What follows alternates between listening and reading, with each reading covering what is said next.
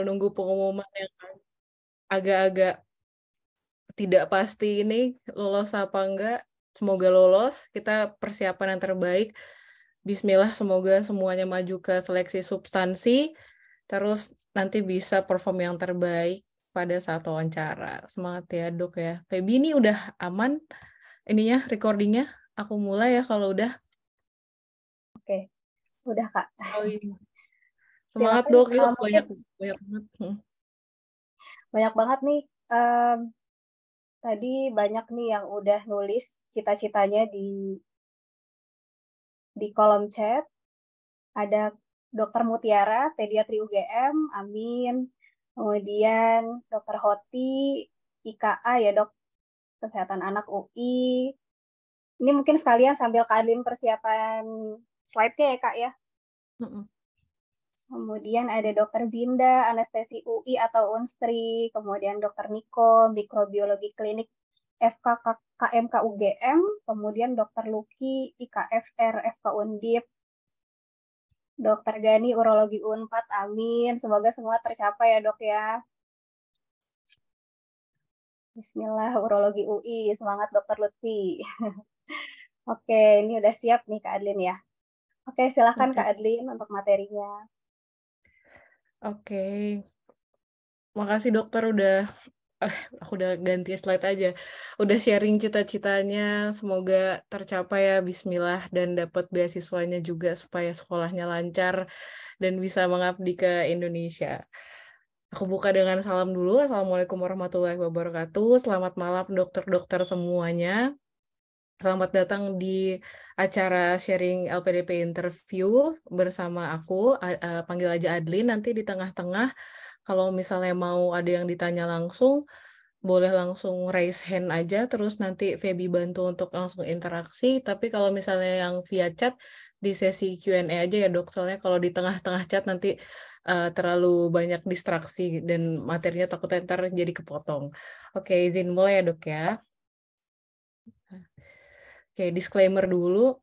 Jadi sebenarnya ketika kita interview LPDP itu nggak ada pattern khususnya nih dok yang bener-bener, oh ketika jawabnya seperti ini akan lolos, orang yang seperti ini akan lolos, karakter yang seperti ini akan lolos. Cuma ini aku coba breakdown kira-kira seperti apa sih yang ada benang merahnya gitu, minimal apa yang awardee punya, rata-rata awardee punya dan LPDP mau, dan ternyata ketika kita sesama jadi awardee, oh pertanyaannya kurang lebih sama, terus ternyata itu prinsip-prinsip sama yang minimal dibutuhkan oleh seorang awardee LPDP.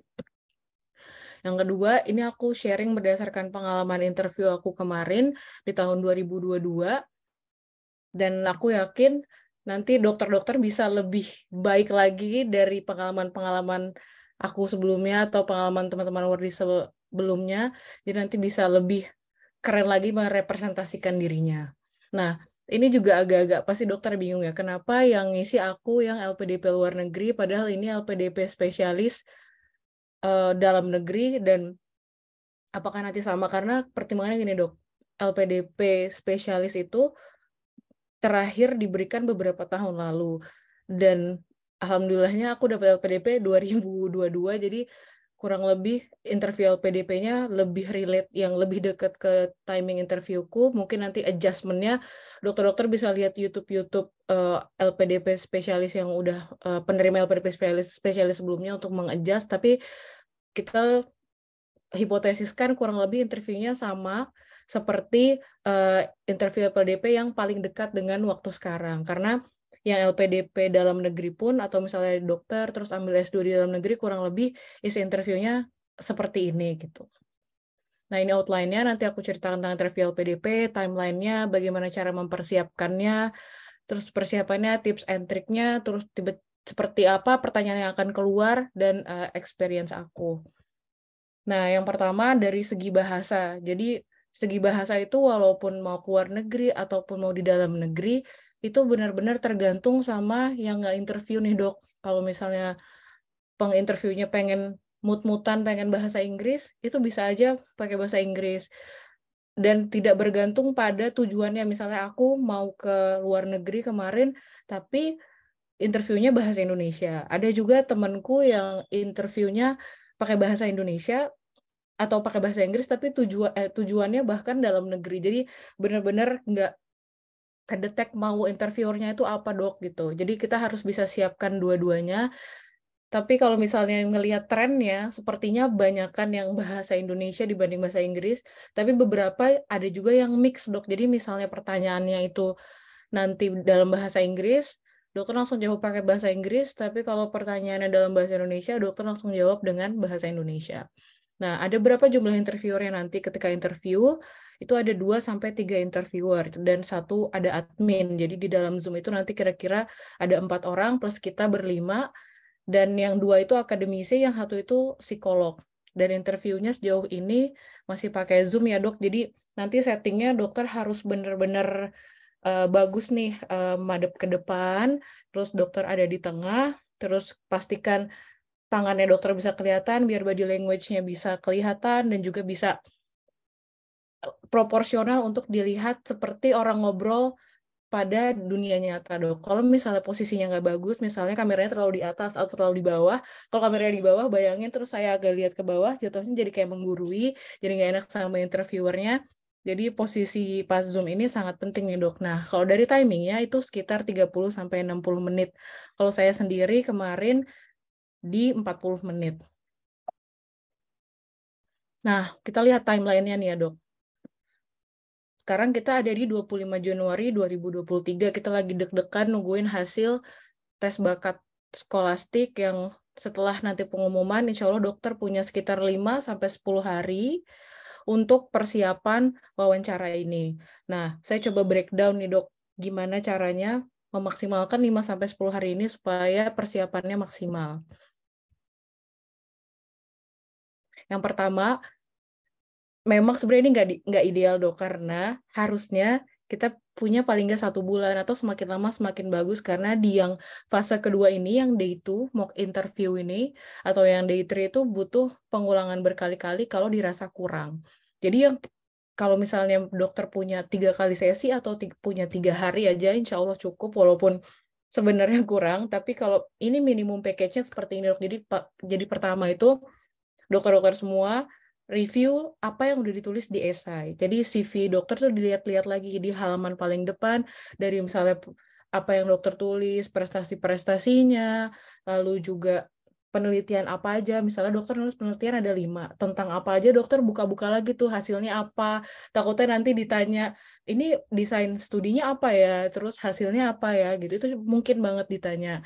Lalu misalnya ada pertanyaan-pertanyaan yang kan ada di Telegram atau di mana tersebar kurang lebih motivasi studi apa, nanti modulnya seperti apa, ketika sudah belajar itu dicoba di preparation, di drafting dok, kalau pertanyaan ini jawabnya ini. Nah, biar nggak kayak ngebaca dan nggak kayak menuliskan kalimat yang bertele-tele, karena sebenarnya kita nggak punya banyak waktu dan interviewernya itu punya keterbatasan fokus, dan yang diinterview nggak dokter aja dalam 1 hari. Jadi dokter harus bisa menjawab itu dengan sistematis dan tek-tek-tek per poin gitu dok. Jadi sangat penting kalau dokter itu ngedrafting dan juga research. Misalnya dokter bilang di esai dengan disupport dengan data BPJS, dengan data Riskesdas. Nah itu jangan lupa diingat-ingat lagi, dan juga nanti ketika present jangan lupa disertakan data-data tersebut biar ketika berargumen itu bagus dok gitu. Dan yang kedua, ketika udah cukup nih, udah baca lagi CV-nya, esainya udah di-review, udah punya drafting jawaban-jawaban untuk interview, dan yang kedua langsung latihan dok, jangan nunggu nanti-nanti. Belum siap, misalnya draftingnya belum siap, research-nya belum siap. Kalau ininya masih terbengkalai, langsung mulai dok mock interview. Jadi mock interview tuh dokter pura-pura interview, minta tolong teman, minta tolong sesama dokter. Mungkin kalau punya teman awardee juga bisa tanya-tanya gimana caranya. Nanti di-record di Zoom, sampai dokter itu bisa, pas dokter lihat rekaman sendiri, dokter suka dengan cara dokter menjawab pertanyaan tersebut. Nah, kalau misalnya ada yang nggak suka, pas dokter lihat, di draftnya itu dokter rewrite lagi, kayak oh kayaknya jawabannya nggak seperti ini nih, kayaknya harus diganti, harus lebih sharp lagi, atau kok untuk menjawab satu pertanyaan saya butuh 5 menit padahal pertanyaannya cuma 1 dan jawabannya butuh short answer aja gitu dok. Jadi itu bisa dilihat kalau dokter udah mencoba menjawab secara langsung. Nah, Feedback-nya bisa dari orang yang memang udah berpengalaman, atau dari teman sendiri, atau bahkan dari diri sendiri. Karena kalau kita lihat diri sendiri, kita nggak suka cara kita jawab, kita bisa langsung ngatain diri sendiri, oh kontak matanya kurang, body language-nya kurang, kurang yakin, kurang pas jawabannya. Nanti dokter bisa lihat di recording Zoom sendiri. Kalau dokter punya Zoom account, pasti bisa record diri sendiri terus lihat. Nah, itu dicoba tuh dok. Dan yang ketiga, ketika udah dapat masukan-masukan nih dari awardee, dari misalnya deket banget sama dokter spesialis yang dokter kenal di rumah sakit, mau minta bantu, ini udah pas belum ya dok jawaban seperti ini. Nah itu nanti dokter juga harus latihan dengan udah versi gabungan nih antara jati diri dokter sama jawaban orang lain, karena at the end itu semuanya adalah tentang dokter dan cita-citanya ke depan. Misalnya aku mau jadi urologi, aku mau mencoba meningkatkan terapi CKD dengan implantasi gitu misalnya. Nah, kenapa rate-nya segitu dan aku berperan di mana? Sekarang aku kerja di mana?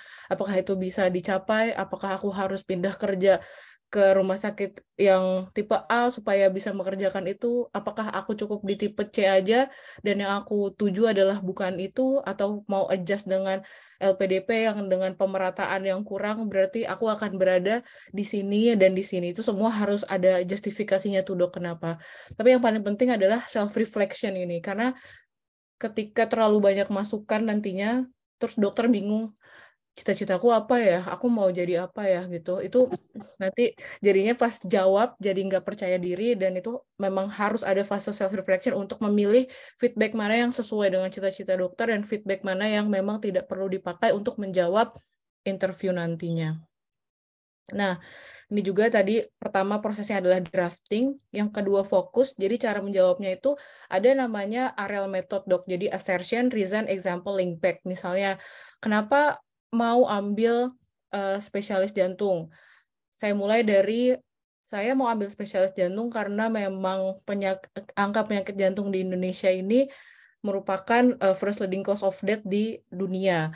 Selain di dunia juga di Indonesia masukin angka-angkanya karena satu, belum ada pemerataan dokter-dokter di seluruh Indonesia, padahal risk factors-nya ada di seluruh provinsi. Contohnya misalnya orang-orang yang ada di daerah itu faktor risiko penyakit jantungnya sangat tinggi, terutama daerah Jawa Timur misalnya yang dekat dengan pabrik gula atau dengan pabrik rokok. Padahal sebenarnya kita bisa mencegah itu dengan intervensi lebih awal. Oleh karena itu, saya mau jadi dokter spesialis jantung, terutama sub bagian prevensi dan rehabilitasi, karena saya mau mengadres masalah itu. Itu contohnya. Jadi, jawab dulu kenapanya secara general, kasih alasan, contoh, lalu kembalikan lagi. Nah, lalu data ini agak-agak tricky nih dok. Misalnya dokter bilang angka gitu, tapi angkanya tuh bisa nggak bombastis kalau dokter tidak memberikannya dengan cara yang ada magnitudenya. Nanti habis ini ada contohnya nih dok. Misalnya kayak 1 atau 2 dari orang itu sakit kulit gitu, atau misalnya dermatitis venenata gitu. Itu kan wah banyak banget sampai 50%. Nah, dibanding dengan dokter bilang 1 juta pasien kena dermatitis venenata, tapi 1 jutanya tuh dari berapa? Nah, itu bisa dipermainkan tuh dok kata-katanya supaya lebih orang tuh ketika dengar langsung, oh iya ya, orang ini harus aku funding nih untuk menyelesaikan masalah itu gitu. Jangan sesimpel persentasenya aja tanpa ada tambahan pengetahuan yang kayak, oh iya gitu. Terus timingnya satu pertanyaan itu kurang lebih dijawab 1 sampai 2 menit. Jadi bisa dengan AREL ini dikembangkan hingga 1 sampai 2 menit, dan nanti misal disupport dengan data bisa dimasukkan juga di dalam 1 sampai 2 menit itu. Kalau dokter-dokter latihan, insya Allah 1 sampai 2 menit itu cukup dan lumayan lama sih dok untuk menjawab pertanyaan. Nah, terus ada lagi opening dan closing nih dok. Jadi orang itu pasti akan lupa kalau misalnya kita itu kurang menarik pada saat opening ataupun closing. Nah, opening atau closing itu nanti setelah ini akan aku bahas lagi ya dok. Coba nih dok, ada contohnya ya. Pada tahun 2018 terdapat 18,1 juta kasus baru dengan angka kematian sebesar 9,6 juta kematian. Dan ini datanya kayaknya kasus penyakit kanker ini maksudnya, soal aku kurang masukin 18,1 juta kasus baru dengan angka kematian 9,6 juta kematian pada penyakit kanker. Iya banyak, tapi dari berapa? Dan yang kedua, Riskesdas 2018 penyakit jantung 1,5%. 1,5% tuh kelihatannya dikit nggak sih dok? Kayak kalau misalnya 1,5% dari penduduk yang cuma 10.000 misalnya, berapa? Apakah angka itu bermakna? Gitu. Lanjut. Nah, kalau misalnya lebih kayak gini, 1 dari 5 perempuan, 1 dari 6 laki-laki, atau yang udah angkanya berbentuk sebuah perbandingan, itu lebih enak ketika kita membicarakannya. Atau misalnya kalau yang 1,5% ini kurang bunyi, dokter bisa bilang, tapi dibandingkan dengan penduduk Indonesia yang 273 juta, berarti 4 juta orang yang sakit jantung. 4 juta itu banyak sekali, dan dokter jantungnya berapa? Gitu. Oke. Nah, ini lagi dok, untuk opening sama closingnya. Untuk opening nih dok, jadi pas opening itu, dokter rata-rata kan kalau misalnya mau biasa gitu, ya saya dokter Adlina, saya bekerja di RSUD di daerah sini, saya mau LPDP untuk ke daerah sini, kembali untuk membangun daerah saya. Itu agak kurang bisa menarik interviewernya nih dok. Jadi kalau mau, kenalkan diri itu dengan punchline. Jadi benar-benar apa yang dokter mau selesaikan, apa yang mau dokter bawa ke LPDP, apa yang mau dokter cita-citakan. Misalnya kayak aku bilang aku mau jadi dokter jantung karena aku yakin aku bisa menurunkan angka mortalitas jantung dengan cara mencegah dari awal banget sampai akhirnya akan menurunkan nggak cuma mortalitasnya juga, tapi morbiditasnya, tapi bukan dari kuratifnya, tapi dari sebelumnya. Jadi udah memposisikan diri nih di mana. Atau misalnya untuk dokter gigi, saya mau meningkatkan pelayanan gigi pada anak-anak, terutama anak-anak di daerah yang dokter giginya kurang banyak, sehingga rate untuk ke dokter giginya sangat rendah gitu. Minat atau bahkan edukasi untuk ke dokter giginya juga sangat rendah. Jadi langsung aja nih dok, state yang punchline-nya, atau misalnya mau menurunkan angka kematian ibu, atau mau bikin apa gitu yang kayaknya inovatif banget, itu taruh di awal, baru nanti mulai dengan akademik background-nya, kerja di mana, sekarang saya mau mendaftar ke kardiologi UI misalnya. Nah, lalu ada touching closing. Jadi alhamdulillahnya kita dokter, kita ketemu pasien setiap hari, pasti banyak banget cerita-cerita yang gak semua orang bisa dengar dan gak semua orang bisa tahu. Jadi mungkin ada yang terbangkitkan motivasinya mau sekolah onko, spesialis bedah onko, karena pada saat itu ketemu pasien dengan CA mame, lalu ada kisahnya, kisah mengharukan atau kisah yang akhirnya life changing buat dokter-dokter, itu boleh diceritakan ke interviewernya pada saat closing kalau misalnya mereka minta. Jadi dibikin bridging, jadi cerita itu, oleh karena itu dok, saya mau mengambil uni ini, saya mau mengambil spesialis ini dengan beasiswa LPDP. Dan juga jangan lupa dok, maksudnya walaupun dokter di sini itu harus menunjukkan betapa layak dan betapa pantas dokter dibayarin oleh negara kita dan untuk sekolah spesialis, dokter juga harus menjelaskan itu dengan humble, karena kalau misalnya jadi kelihatannya sombong, itu kan ada psikolog dok di situ, jadi bisa ke sense gitu dok kalau misalnya memang oh anak ini sombong, anak ini kayaknya over proud terhadap dirinya sendiri. Jadi tipsnya kalau misalnya memang mau menjelaskan, misalnya dokter mau cerita nih kalau dokter tuh jago banget penelitian, dokter jago banget nanganin pasien, itu jangan pakai kata sifat misalnya kayak iya saya bagus banget nih kalau misalnya nulis penelitian, tapi bisa dibilang saya kemarin mendapatkan kesempatan bersama supervisor saya di rumah sakit untuk menulis penelitian dengan judul ini, dengan hasil ini. Dari situ saya belajar banyak mengenai ini gitu. Jadi point of view-nya itu lebih banyak menceritakan tentang kata kerja apa yang sudah dokter lakukan dibanding melabeli apa yang sudah dokter lakukan gitu, Dok. Jadi nanti orang itu akan tahu. Jadi biarlah mereka yang menyimpulkan sebagus apa dokter gitu. Nah, tips and triknya juga dok, jadi sekarang mulai ini nanti ketika drafting, dokter itu harus bisa menjawab why, kenapa harus LPDP, kenapa pertama, kenapa harus dokter gitu, kenapa harus kamu. compare to others, kayak kenapa harus kamu gitu. Kayak kalau misalnya kita lihat-lihat, itu ya pendaftar banyak sekali. Nah, dokter ada keunikan apa nih yang ada di dalam diri dokter? Nggak usah muluk-muluk, dok. Maksudnya keunikan itu bukan berarti dokter menemukan sesuatu yang baru, inovatif, terus research-nya udah Q1, atau sesuatu yang benar-benar hebat banget dan bisa dipamerin. Tapi kayak keunikan yang kecil, yang sangat personal, yang mungkin dokter bisa ceritakan dan memang beda dengan orang lain. Misalnya contohnya, dokter pernah punya pengalaman bekerja di daerah, pernah punya pengalaman kerja menolong pasien di atas kapal, dan pada saat itu dokter adalah leadernya, lalu dokter bisa bertahan di sesuatu yang sempit, bisa menyelesaikan case yang sulit di sesuatu yang sempit, dan dokter yakin leadership experience itu, pengalaman itu bisa transferable nih ketika nanti dokter jadi PPDS, skill-skill itu bisa dipakai untuk dokter menjalani hari-hari sebagai award di LPDP dan sebagai dokter spesialis nantinya. Nah, kenapa sekarang itu juga harus kejawab, dok? Kenapa dokter harus jadi spesialisnya itu sekarang, nggak nanti? Nah, ini relate jawabannya dengan timing tujuan Indonesia nanti. Karena dokter akan difunding dengan LPDP, Indonesia punya agenda, LPDP punya agenda, dokter punya cita-cita, kita berharap kita bisa jalan bareng-bareng cita-citaku, dan apa yang Indonesia mau, apa yang LPDP mau itu sama.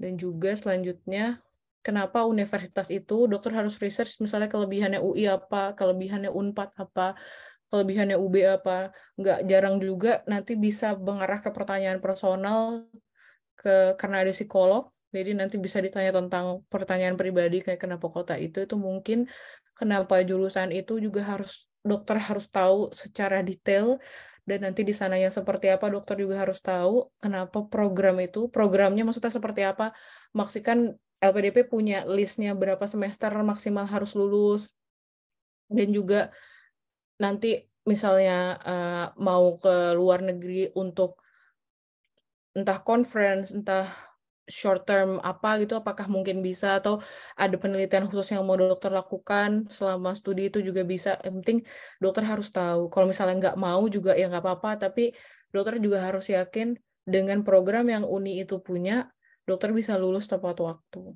Gitu. Dan kenapa harus dibayarin dengan scholarship? Kenapa nggak bayar sendiri? Why ini semua, ini bisa kejawab di latihan yang ketiga tadi, self-reflection. Dokter benar-benar harus mikir dalam, gimana caranya ini semua bisa kejawab, karena kalau ini nggak kejawab, kelihatan banget ketika interview, nanti psikolognya akan paham kalau dokter pun nggak yakin sama diri sendiri. Jadi ini emang pertempuran melawan diri sendiri.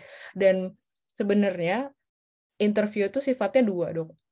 Konfirmasi dan eksplorasi. Konfirmasi yang pertama itu apa yang esai dokter udah tulis, apakah benar itu dokter nulis sendiri, atau ada yang nulisin, dan apakah benar itu dari hati dokter yang memang mau melakukan itu dan tidak bohong, dan apakah itu make sense, rekomendasinya dari sini, nanti kembali ke sini, sekarang kerjanya di mana, itu semua dokter harus bisa jawab kemungkinan-kemungkinan yang terjadi dari apa yang udah dokter berikan ke LPDP. Dan yang kedua adalah eksplorasi.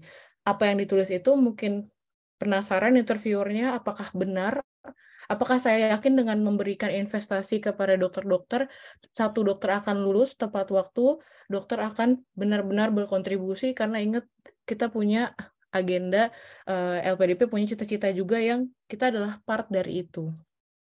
Nah, ini dok ada sedikit tips untuk menjawab now.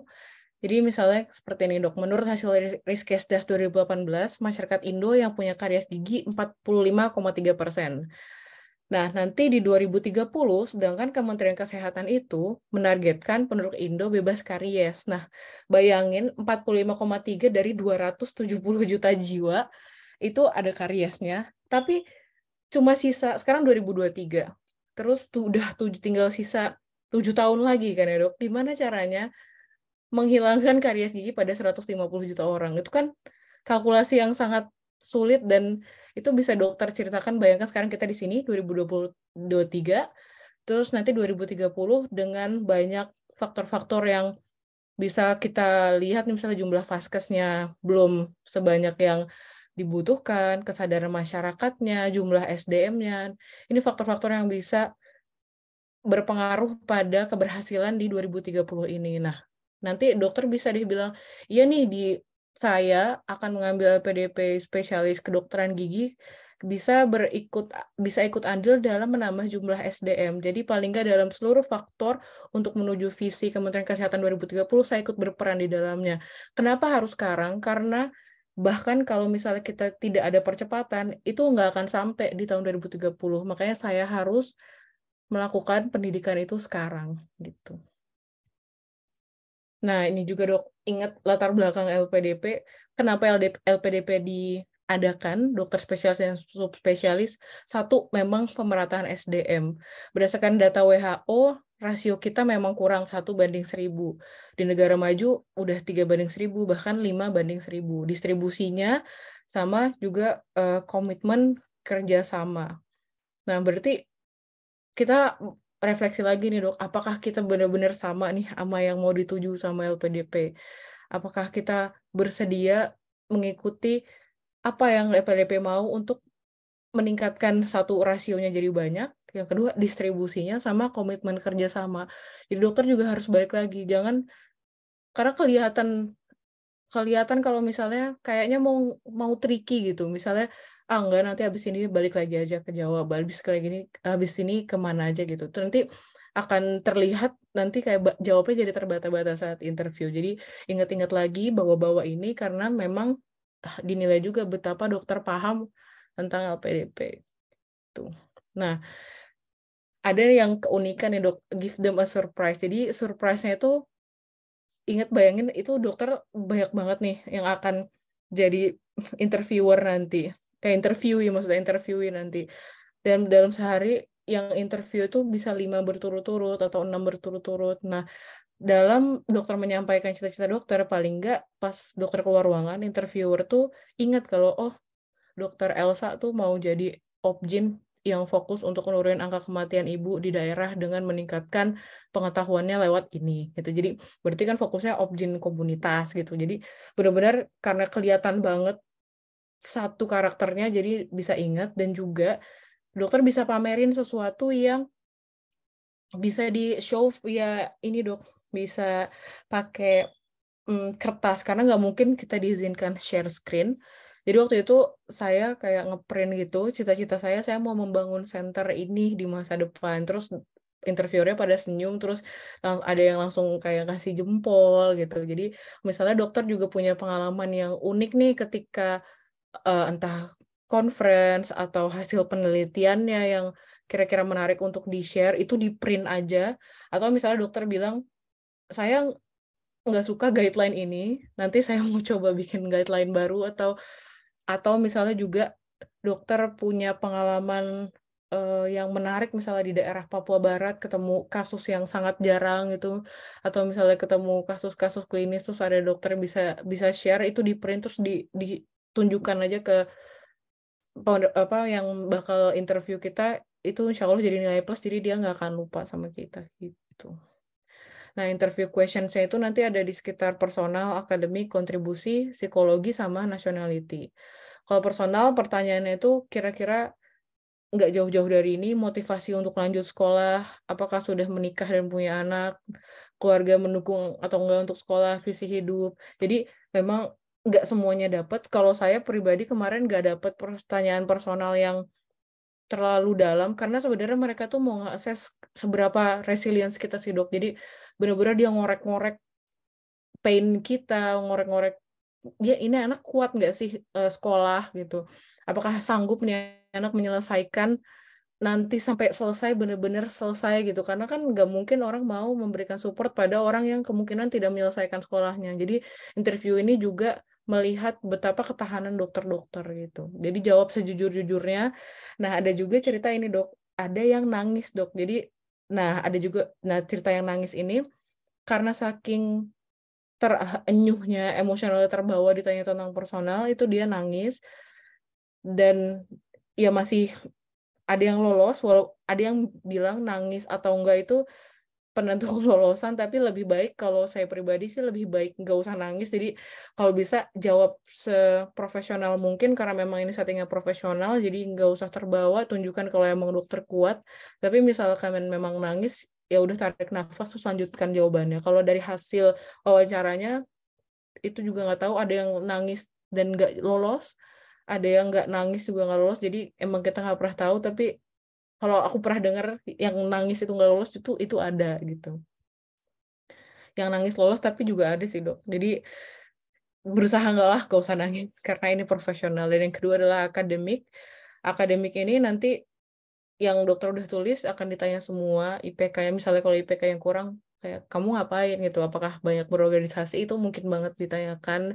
Terus conference yang udah dihadiri, terus sistem perkuliahan PDS-nya berapa semester, mungkin nanti eh, akan ngapain aja di sana. Kalau misalnya ada di website setiap jurusan yang dokter mau ambil, mereka mungkin banget bisa tanya, lalu rekomendasi kembalinya kemana.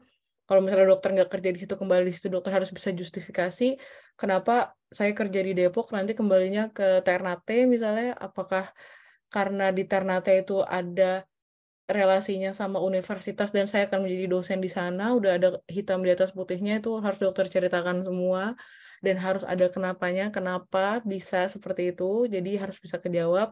Rekomendasi kembalinya juga kenapa dari rumah sakit itu, dokter sudah punya jawaban. Pengalaman kerjanya mungkin sama kasus yang ditemui. Ini sebenarnya akademik yang tipe luar negeri nggak seperti ini, tapi kurang lebih kalau saya relatekan dengan yang dalam negeri, pengalaman kerja dan kasus ditemui kurang lebih sama kayak pengalaman kerja kita yang relate sama apa yang diambil gitu dok. Ini kontribusinya nanti dokter harus bisa tahu 5-10 tahun lagi ngapain, dan juga setelah selesai mau kemana itu harus diceritakan gitu dok. Ini juga psikologis yang tadi yang ada di esai yang dokter udah tulis, nanti ada mungkin ditanya lagi juga mungkin enggak gitu. Kalau misalnya dokter ketika menjawab pertanyaan-pertanyaan itu udah kelihatan dokter orang yang bekerja keras dan menurut mereka udah cukup, udah tahu kalau oh setiap ada kesalahan atau setiap ada problem itu langsung kelihatan problem solvingnya, gimana caranya dokter bangkit lalu mengerjakan hal yang lain sampai akhirnya selesai, itu tercermin dari jawaban-jawaban dari pertanyaan sebelumnya, kayaknya psikologisnya nggak akan banyak ditanya dok. Tapi kalau belum mungkin bisa banyak gitu. Nah, nasionalisme juga sama. Sebenarnya nggak akan ditanya yang sampai PKN banget Pancasila, lalu juga nanti menurutmu nasionalisme apa, komunisme apa, itu sebenarnya nggak udah nggak kayak gitu lagi sekarang.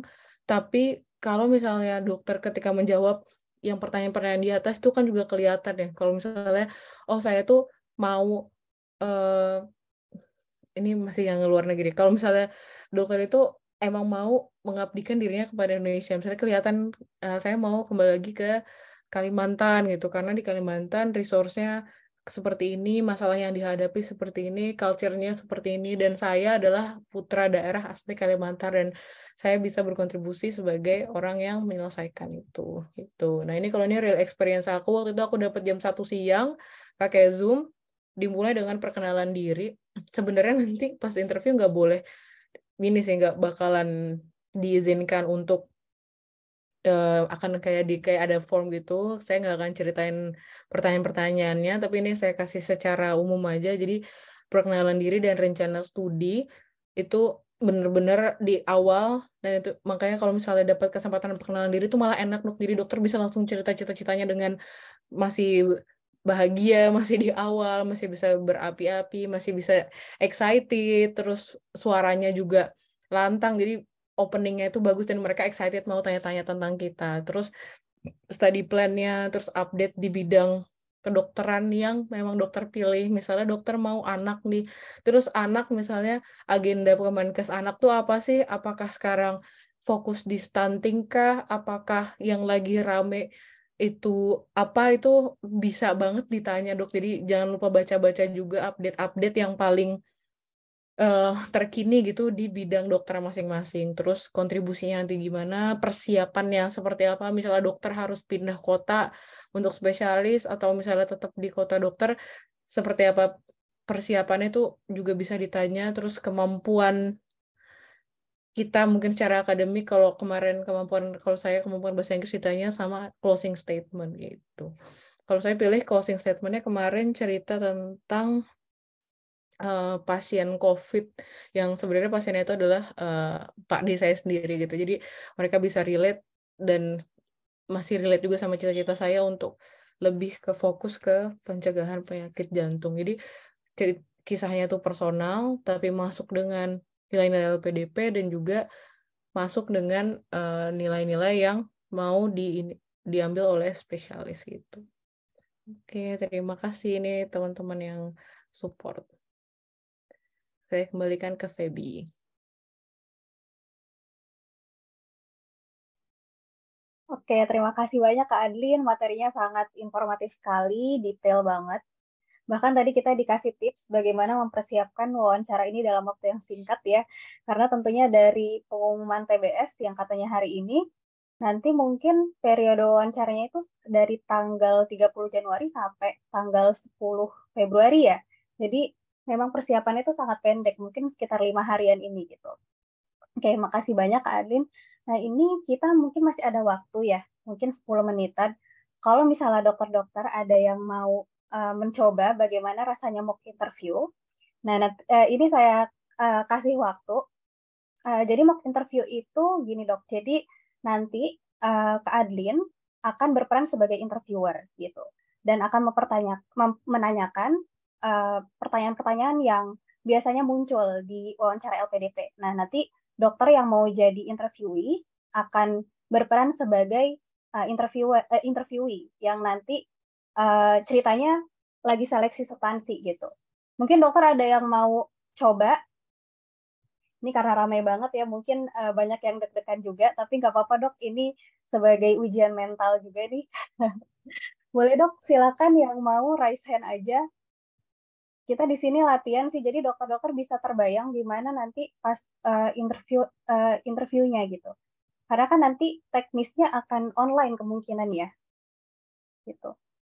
Atau mungkin kalau malu coba latihan perkenalkan diri aja kali ya dok.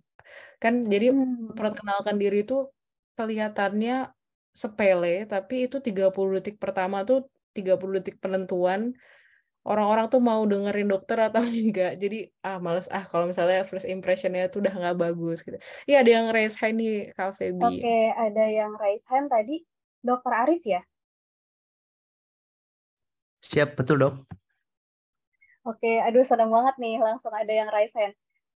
Boleh Dokter Arif bisa on cam, Dokter Arif? Oke, sip. Dokter Arif kalau boleh tahu dari mana dok? Dokter atau dokter gigi dokter? Kami dokter gigi dok. Oh dokter gigi. Dari daerah mana dokter? Saat ini saya dinasnya di daerah Subang dok, Jawa Barat. Oh Subang, Jawa Barat. Oke, boleh silakan Dokter Arif. Sebentar saya spotlight dulu kan. Oke, sip. Silakan. Ini langsung aja ya, saya kasih ke Kak Adlin. Baik.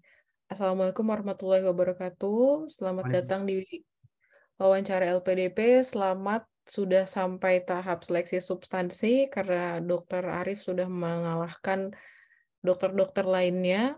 Sebelum kita mulai interviewnya, apakah boleh memperkenalkan diri terlebih dahulu? Siap, terima kasih untuk para interviewer atas kesempatan yang diberikan kepada kami. Pertama-tama, izinkan saya memperkenalkan diri. Nama saya adalah Arif Mambaul Ilmi Zulfitri. Profesi kami adalah seorang dokter gigi di militer. Izin, saat ini kami sedang berdinas di Kota Subang, di mana banyak masyarakat yang ada di sana. Hampir sebagian besar pasien yang datang ke tempat praktek kami itu mengalami masalah mengenai gigi yang berlubang. Kemudian dalam radius 30 km dari tempat kami itu sama sekali tidak ada dokter gigi yang berpraktik di sana. Oleh karena itu kami menginginkan agar kami bisa melanjutkan studi di bidang spesialis konservasi gigi agar kami bisa mengatasi, bisa melayani masyarakat di kota kami. Demikian. Baik, tepuk tangan dulu buat dokter ini reactionnya. Hebat sekali dokter Aris bisa berani eh, public speaking di depan orang-orang, bisa cerita ininya, cita-citanya, dan juga ininya nih dok, apa, udah mulai kelihatan deg-degan ya dok ya. Kayak kayak mau lapor sama jenderal banyak izinnya gitu. Jadi Mungkin karena kebiasaan jadi agak susah dihilangkan. Mohon maaf. iya iya paham dok. Aku izin mulai ininya ya dok ya, feedbacknya dok. Pertama-tama aku suka banget cara dokter berterima kasih di awal, karena semua orang itu ketika sudah dapat kesempatan untuk diundang LPDP berarti memang alhamdulillah kita udah ya masuk kriteria dia sampai tahap ini. Jadi dimulai dengan berterima kasih kepada panelis karena memang alhamdulillahnya bisa dikasih kesempatan untuk interview pada hari ini, itu nilai plus banget dok. Terus yang kedua, dokter udah state masalahnya juga. Terus dokter juga udah cerita tentang cita-cita dokter yaitu konservasi gigi. Nanti di luar dengan deg-degannya dokter, itu mungkin nanti ada beberapa yang bisa ditambah nih dok. Satu tadi dokter ada ngomong kami, kan yang cita-cita kan dokter aja ya, jadi ntar jangan sampai bilang kami gitu. Jadi kan saya, jadi kalau bisa perkenalkan, jangan ragu-ragu, suaranya yang lantang, yakin kalau dokter memang mau jadi spesialis konservasi gigi. Nah, mungkin dokter belum ngedrafting juga kan ini posisinya. Nanti kalau misalnya masalah gigi di masyarakat itu karena kurang akses, apakah iya dengan jadi dokter spesialis konservasi gigi, masalah itu akan selesai? Apakah cukup dengan dokter gigi saja, dengan gigi berlubang itu? Jadi dokter harus ceritakan pilunya Psikologi dok banget ya. nih. Jadi lebih sharp lagi dok kalau mau ngasih masalahnya. Misalnya bayangkan kalau misalnya dokter gigi itu apakah bisa menata laksana gigi bolong dengan tipikal case yang ada di sana gitu dok. Jadi harus jelas banget kenapa dokter harus ambil konservasi gigi. Nah, misalnya dokter bilang case gigi bolong yang ada di daerah dokter di Subang itu bolongnya udah nggak terselamatkan dengan skill dokter gigi biasa. That's why dokter harus jadi dokter spesialis konservasi gigi. Nah, dimulai dengan yang serem dulu, misalnya dokter bilang, ya nih masa di Subang aja yang masih Jawa, bahkan LPDP pun juga bilang persebaran dokter di Jawa itu cukup, tapi ternyata kenyataannya itu tidak, dan masalahnya saya lihat sendiri di sekitaran saya bahwa gigi berlubang ini memang belum tertata laksana dengan baik dengan SDM yang ada. Makanya itu saya mau jadi dokter spesialis konservasi gigi untuk bisa menolong masalah ini gitu dok. Jadi lebih yakin lagi di awal. Terus nanti selanjutnya dokter cerita saya lulusan mana, saya sudah bekerja berapa tahun, dan saya yakin saya sudah tahu bagaimana cara step-stepnya ketika saya lulus nanti, dan insya Allah saya ini juga sesuai dengan apa yang mau LPDP mau gitu kontribusi. Saya dan LPDP bisa mencapai bisa berkontribusi dalam meningkatkan kesehatan gigi di Indonesia, khususnya di wilayah saya di daerah Subang gitu dok. Overall keren banget dok buat mencoba pertama kali. Semangat, abis ini latihan-latihan terus pasti jauh lebih baik. Dokter kalau mau lihat recordingnya minta sama tim Studi Indonesia juga minta biar tahu. Nanti kayak oh yang pertama kok kok malu-malu banget ya. Mungkin nanti udah latihan kedua atau ketiga dokter bisa lebih oh iya yang kayak gini nih aku mau sekeras ini, seintonasinya seperti ini, dan saya yakin ini gitu. Siap, siap. Terima kasih dokter atas saran dan arahannya, Jen. Terima kasih juga dokter atas keberaniannya. Lanjut. Oke, lanjut. Terima kasih banyak Dokter Arif atas partisipasinya.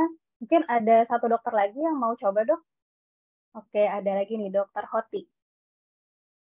Ada Dokter Ahmad. Kita bisa dua lagi nggak, Kak? Boleh. Boleh ya? Oke, tadi Dokter Hoti dulu ya. Oke, boleh Dokter Hoti silakan on cam, Dok. Maaf, kalau tidak on cam bagaimana, Mbak? Boleh. Oh ya udah apa-apa. Ya. Oke, terima kasih dokter atas kesempatannya. Baik, ini langsung mulai aja atau bagaimana dokter? Iya boleh dok, biar Boleh, Dok. langsung kita coba perkenalan diri ya dok, latihan masing-masing biar dokter bisa saling menginspirasi satu sama lain. Oke, silahkan dokter Hoti. Baik, terima kasih kesempatannya Ibu, Bapak. Perkenalkan, saya Dr. Hoti Mulia Damiati. Sekarang saya sangat senang bisa menjadi bagian dari wawancara pada hari ini. Saya biasa dipanggil Hoti dan saya tumbuh, lahir, dan besar di Bangka Belitung. Saat ini saya bekerja sebagai dokter umum ASN pemerintah daerah di Rumah Sakit Umum Daerah di Kabupaten Bangka. Em, saya itu sedari kecil itu sangat suka tentang pengabdian masyarakat.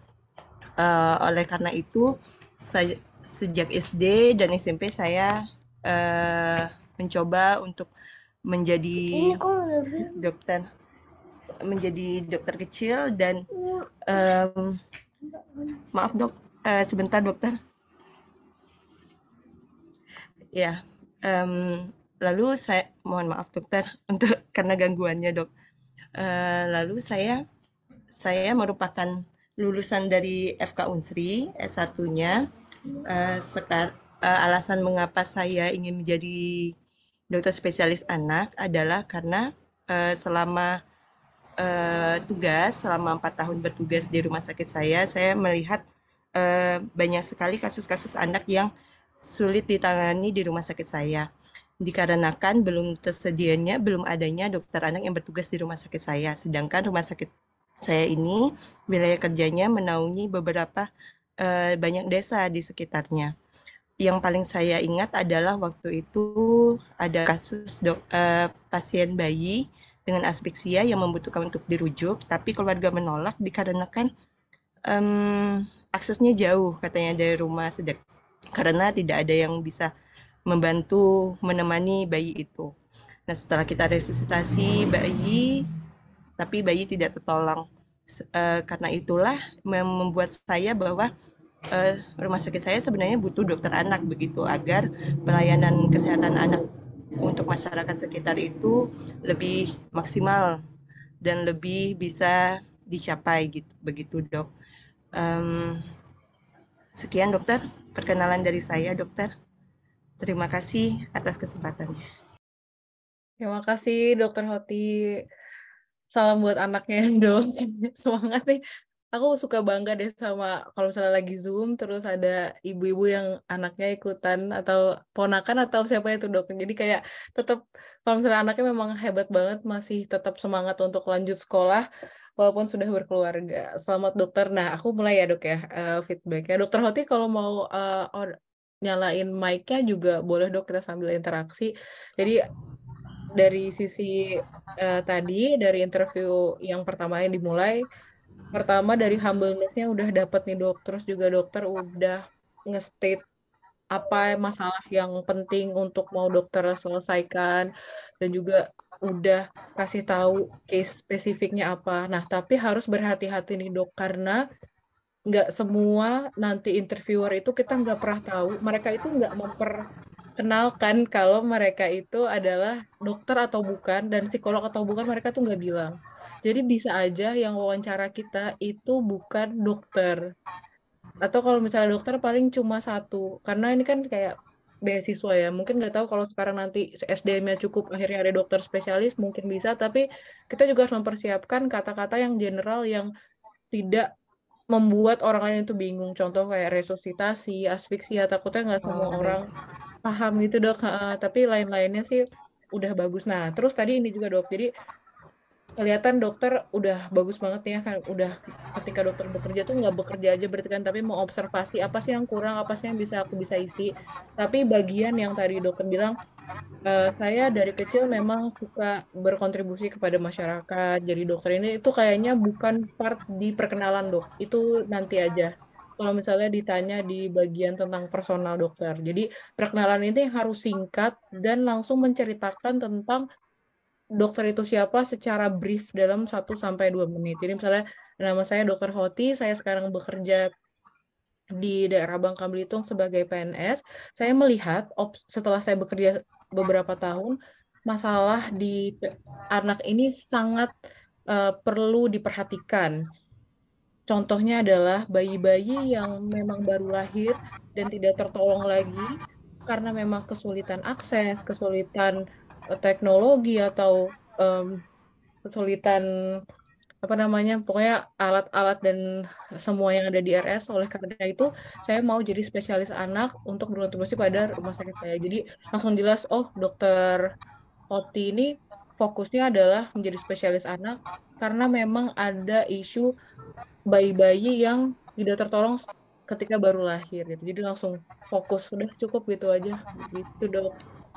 Gak usah Baik dokter. panjang-panjang. Kalau yang penjelasannya nanti di setelahnya. Ntar dokter tinggal di stabilo-stabilan aja tuh dok, mana yang penting, ditaruh semua ekstrak-ekstraknya di introduction, di perkenalan, sisanya buat pertanyaan-pertanyaan selanjutnya. Tapi lain-lainnya udah bagus dok, maksudnya nggak kayak sombong atau gimana, itu udah bagus banget, dan nadanya udah cukup, tinggal kalau mau lebih antusias lagi karena memang opening ya harus, ya saya kenalkan nama saya dokter Hoti ini, saya bekerja di ini, jadi antusiasmenya tuh ada gitu.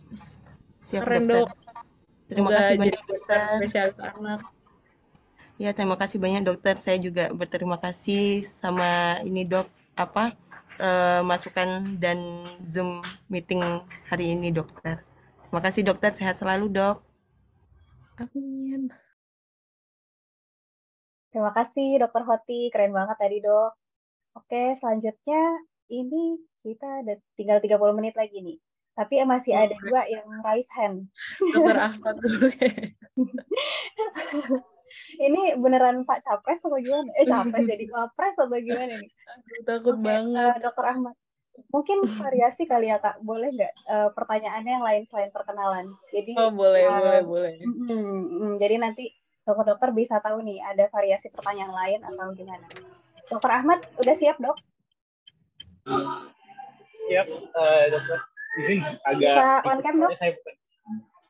Sebentar saya coba. Lihat tadi. Oh iya siap. Yeah. Siap, dokter bisa on cam. Oke, silakan dokter. Oke, selamat datang dokter Ahmad.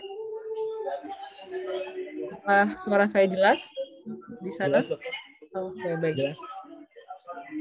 Saya akan bertanya tentang motivasi studi dokter Ahmad nih. Apakah dokter Ahmad ingin melanjutkan studi spesialis apa dan kira-kira nanti programnya seperti apa? Baik, terima kasih atas pertanyaannya. Mungkin kalau sedikit, saya dokter Ahmad dan saya bekerja di salah satu perusahaan di Balikpapan di sini, dan saya di sini melihat bahwa beberapa tempat di Balikpapan ini memiliki kasus psikologi yang sangat lumayan besar. Saya di dalam hal ini saya berminat untuk berkontribusi di bidang tersebut. Mungkin kenapa saya memilih urologi dalam hal ini, dari saya pribadi sendiri mungkin melihat ya, ketika kita menahan kencing betapa tidak enaknya.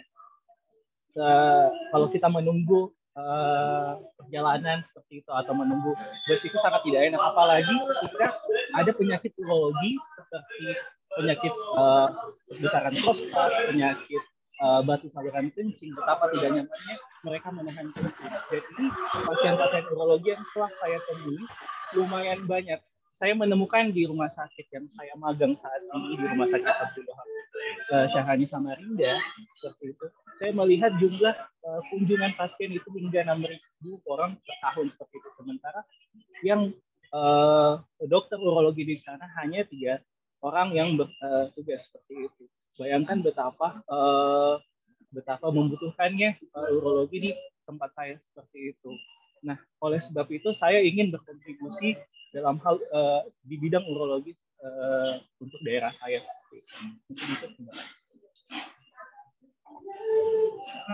Keren.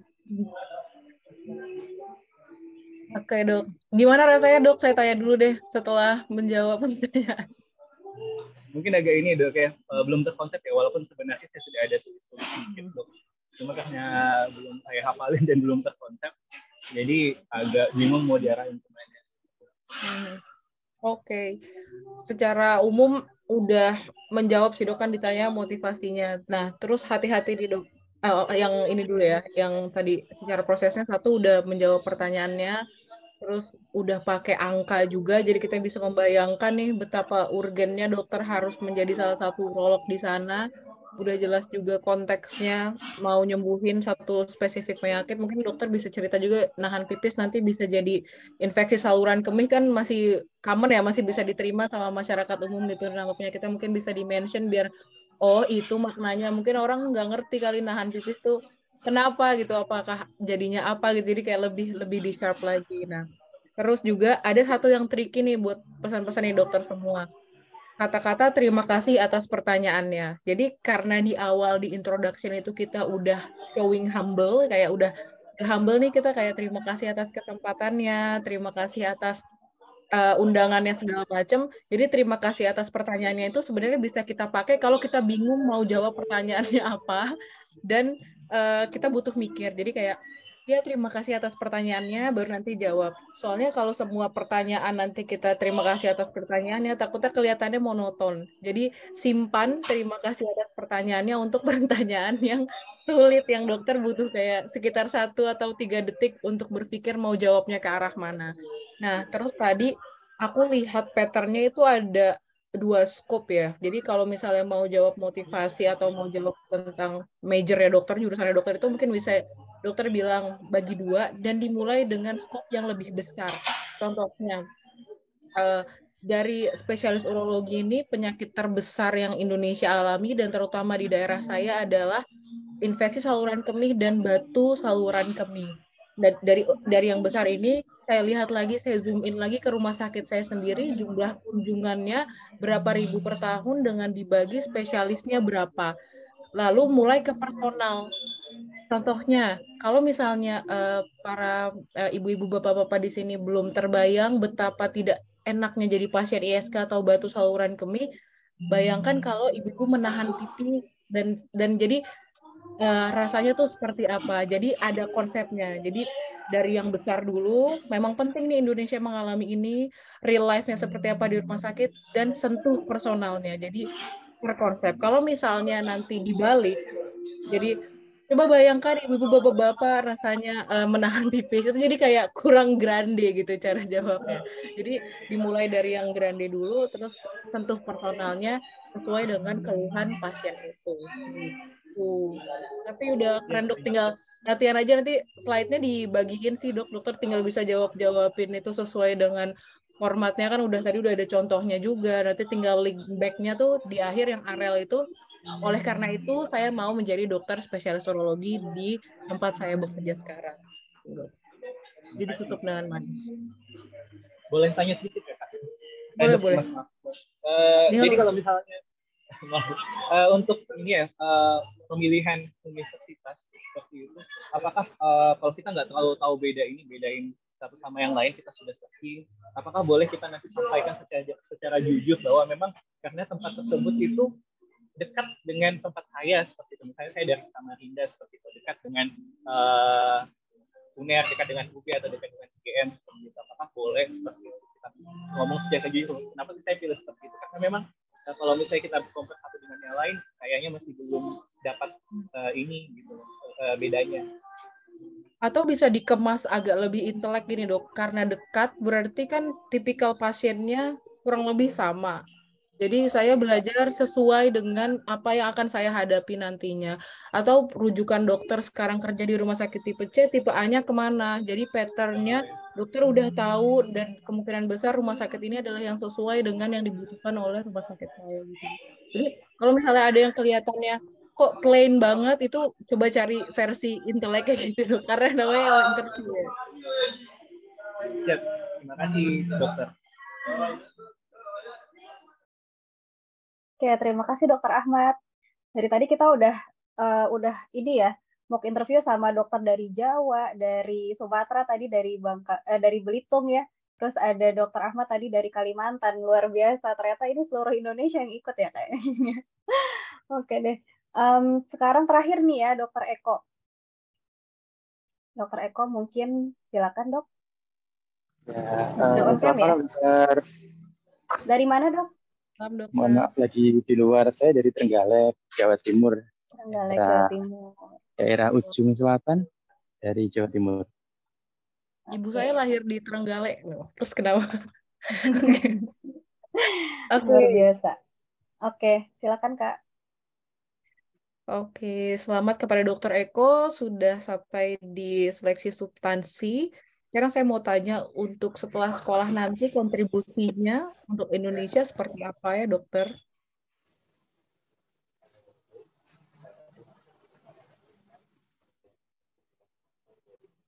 Mohon maaf, Dokter Eko suaranya belum terdengar, Dok.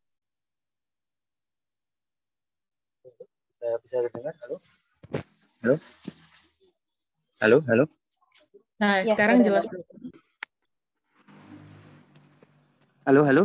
Halo? Halo? Bisa terdengar, Mbak? Bisa. Iya. Maaf, saya sedang di luar. Oke, saya ulangi lagi ya. Terima kasih atas kesempatan yang diberikan. Saya Eko dari Trenggalek. Saat ini saya sebagai ASN, salah satu ASN di Puskesmas di Kabupaten Trenggalek, yang kurang lebih puskesmas saya berjarak sekitar 10 menit dari pusat kota atau dari rumah sakit pusat yang ada di Trenggalek, atau rumah sakit utama di Kabupaten Trenggalek.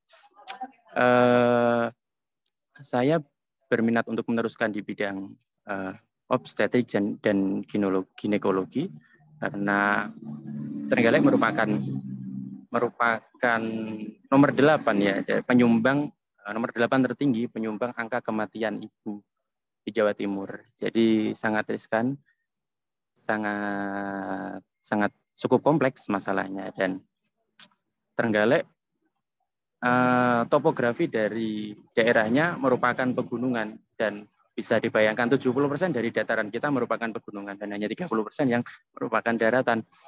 Dan akses dari pusat fasilitas kesehatan, kemudian dari masyarakat terujung atau mungkin daerah yang pesisir, itu bisa ditempuh dalam waktu hanya 2 jam. 2 jam di Jawa Timur, 2 jam. Saya kira cukup lama, dan saya membawa misi atau membawa niat yang cukup penting bagi saya, yang sangat penting bagi saya. Saya saat ini Kabupaten Trenggalek sedang menyiapkan rumah sakit satelit yang jaraknya 1,5 km,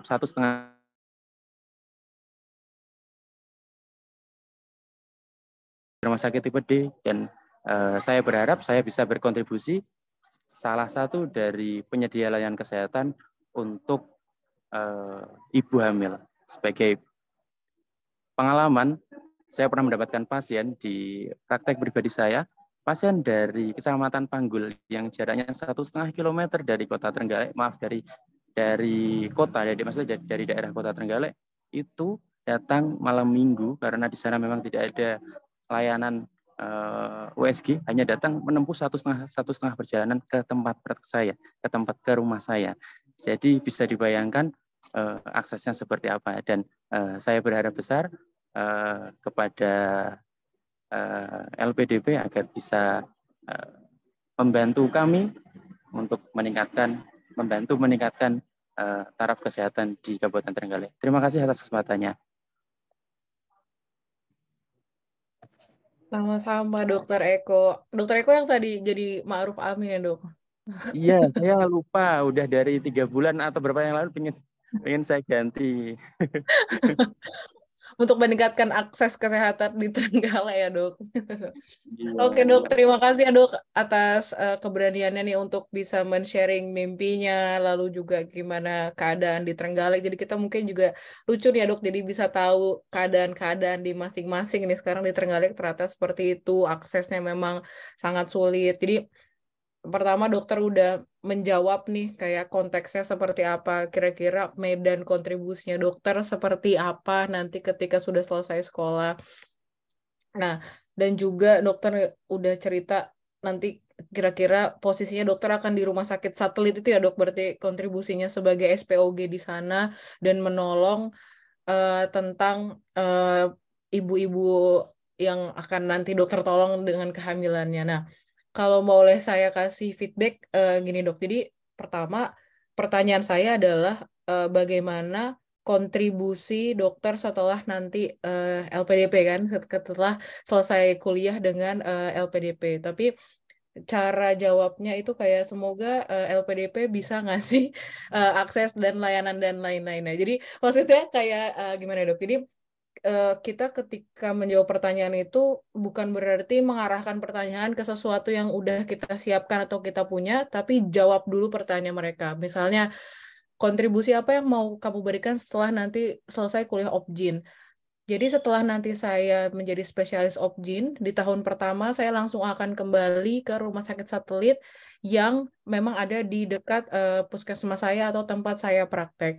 5 tahun selanjutnya, karena saya tahu akses di daerah saya tidak terlalu bagus, sambil nanti perkembangan dari sisi lain selain kesehatan, insya Allah mungkin nanti akan semakin bagus, tapi tugas saya sebagai SPOG nanti adalah sebagai pemimpin, sehingga bisa menambah kapasitas dari dokter-dokter umum agar bisa membantu saya sebagai SPOG di daerah saya, atau strategi apa yang dokter punya untuk daerah itu. Lalu untuk masa depannya beberapa tahun kemudian akan seperti ini, karena pola pertanyaan adalah kontribusi, harapannya itu jawabannya adalah short term-nya, medium term-nya, sama long term-nya. Nah, jadi nanti di akhir mungkin bisa seperti ini dok. Jadi mungkin nanti LPDP sambil bekerja sama dengan awardee-awardee lain yang memperbaiki akses dari segala bidang lainnya, saya sebagai dokter Opjin bisa berkontribusi di bidang ini gitu dok. Jadi dokter udah kasih konteksnya juga, bisa ditambahin di awal ketika dokter bilang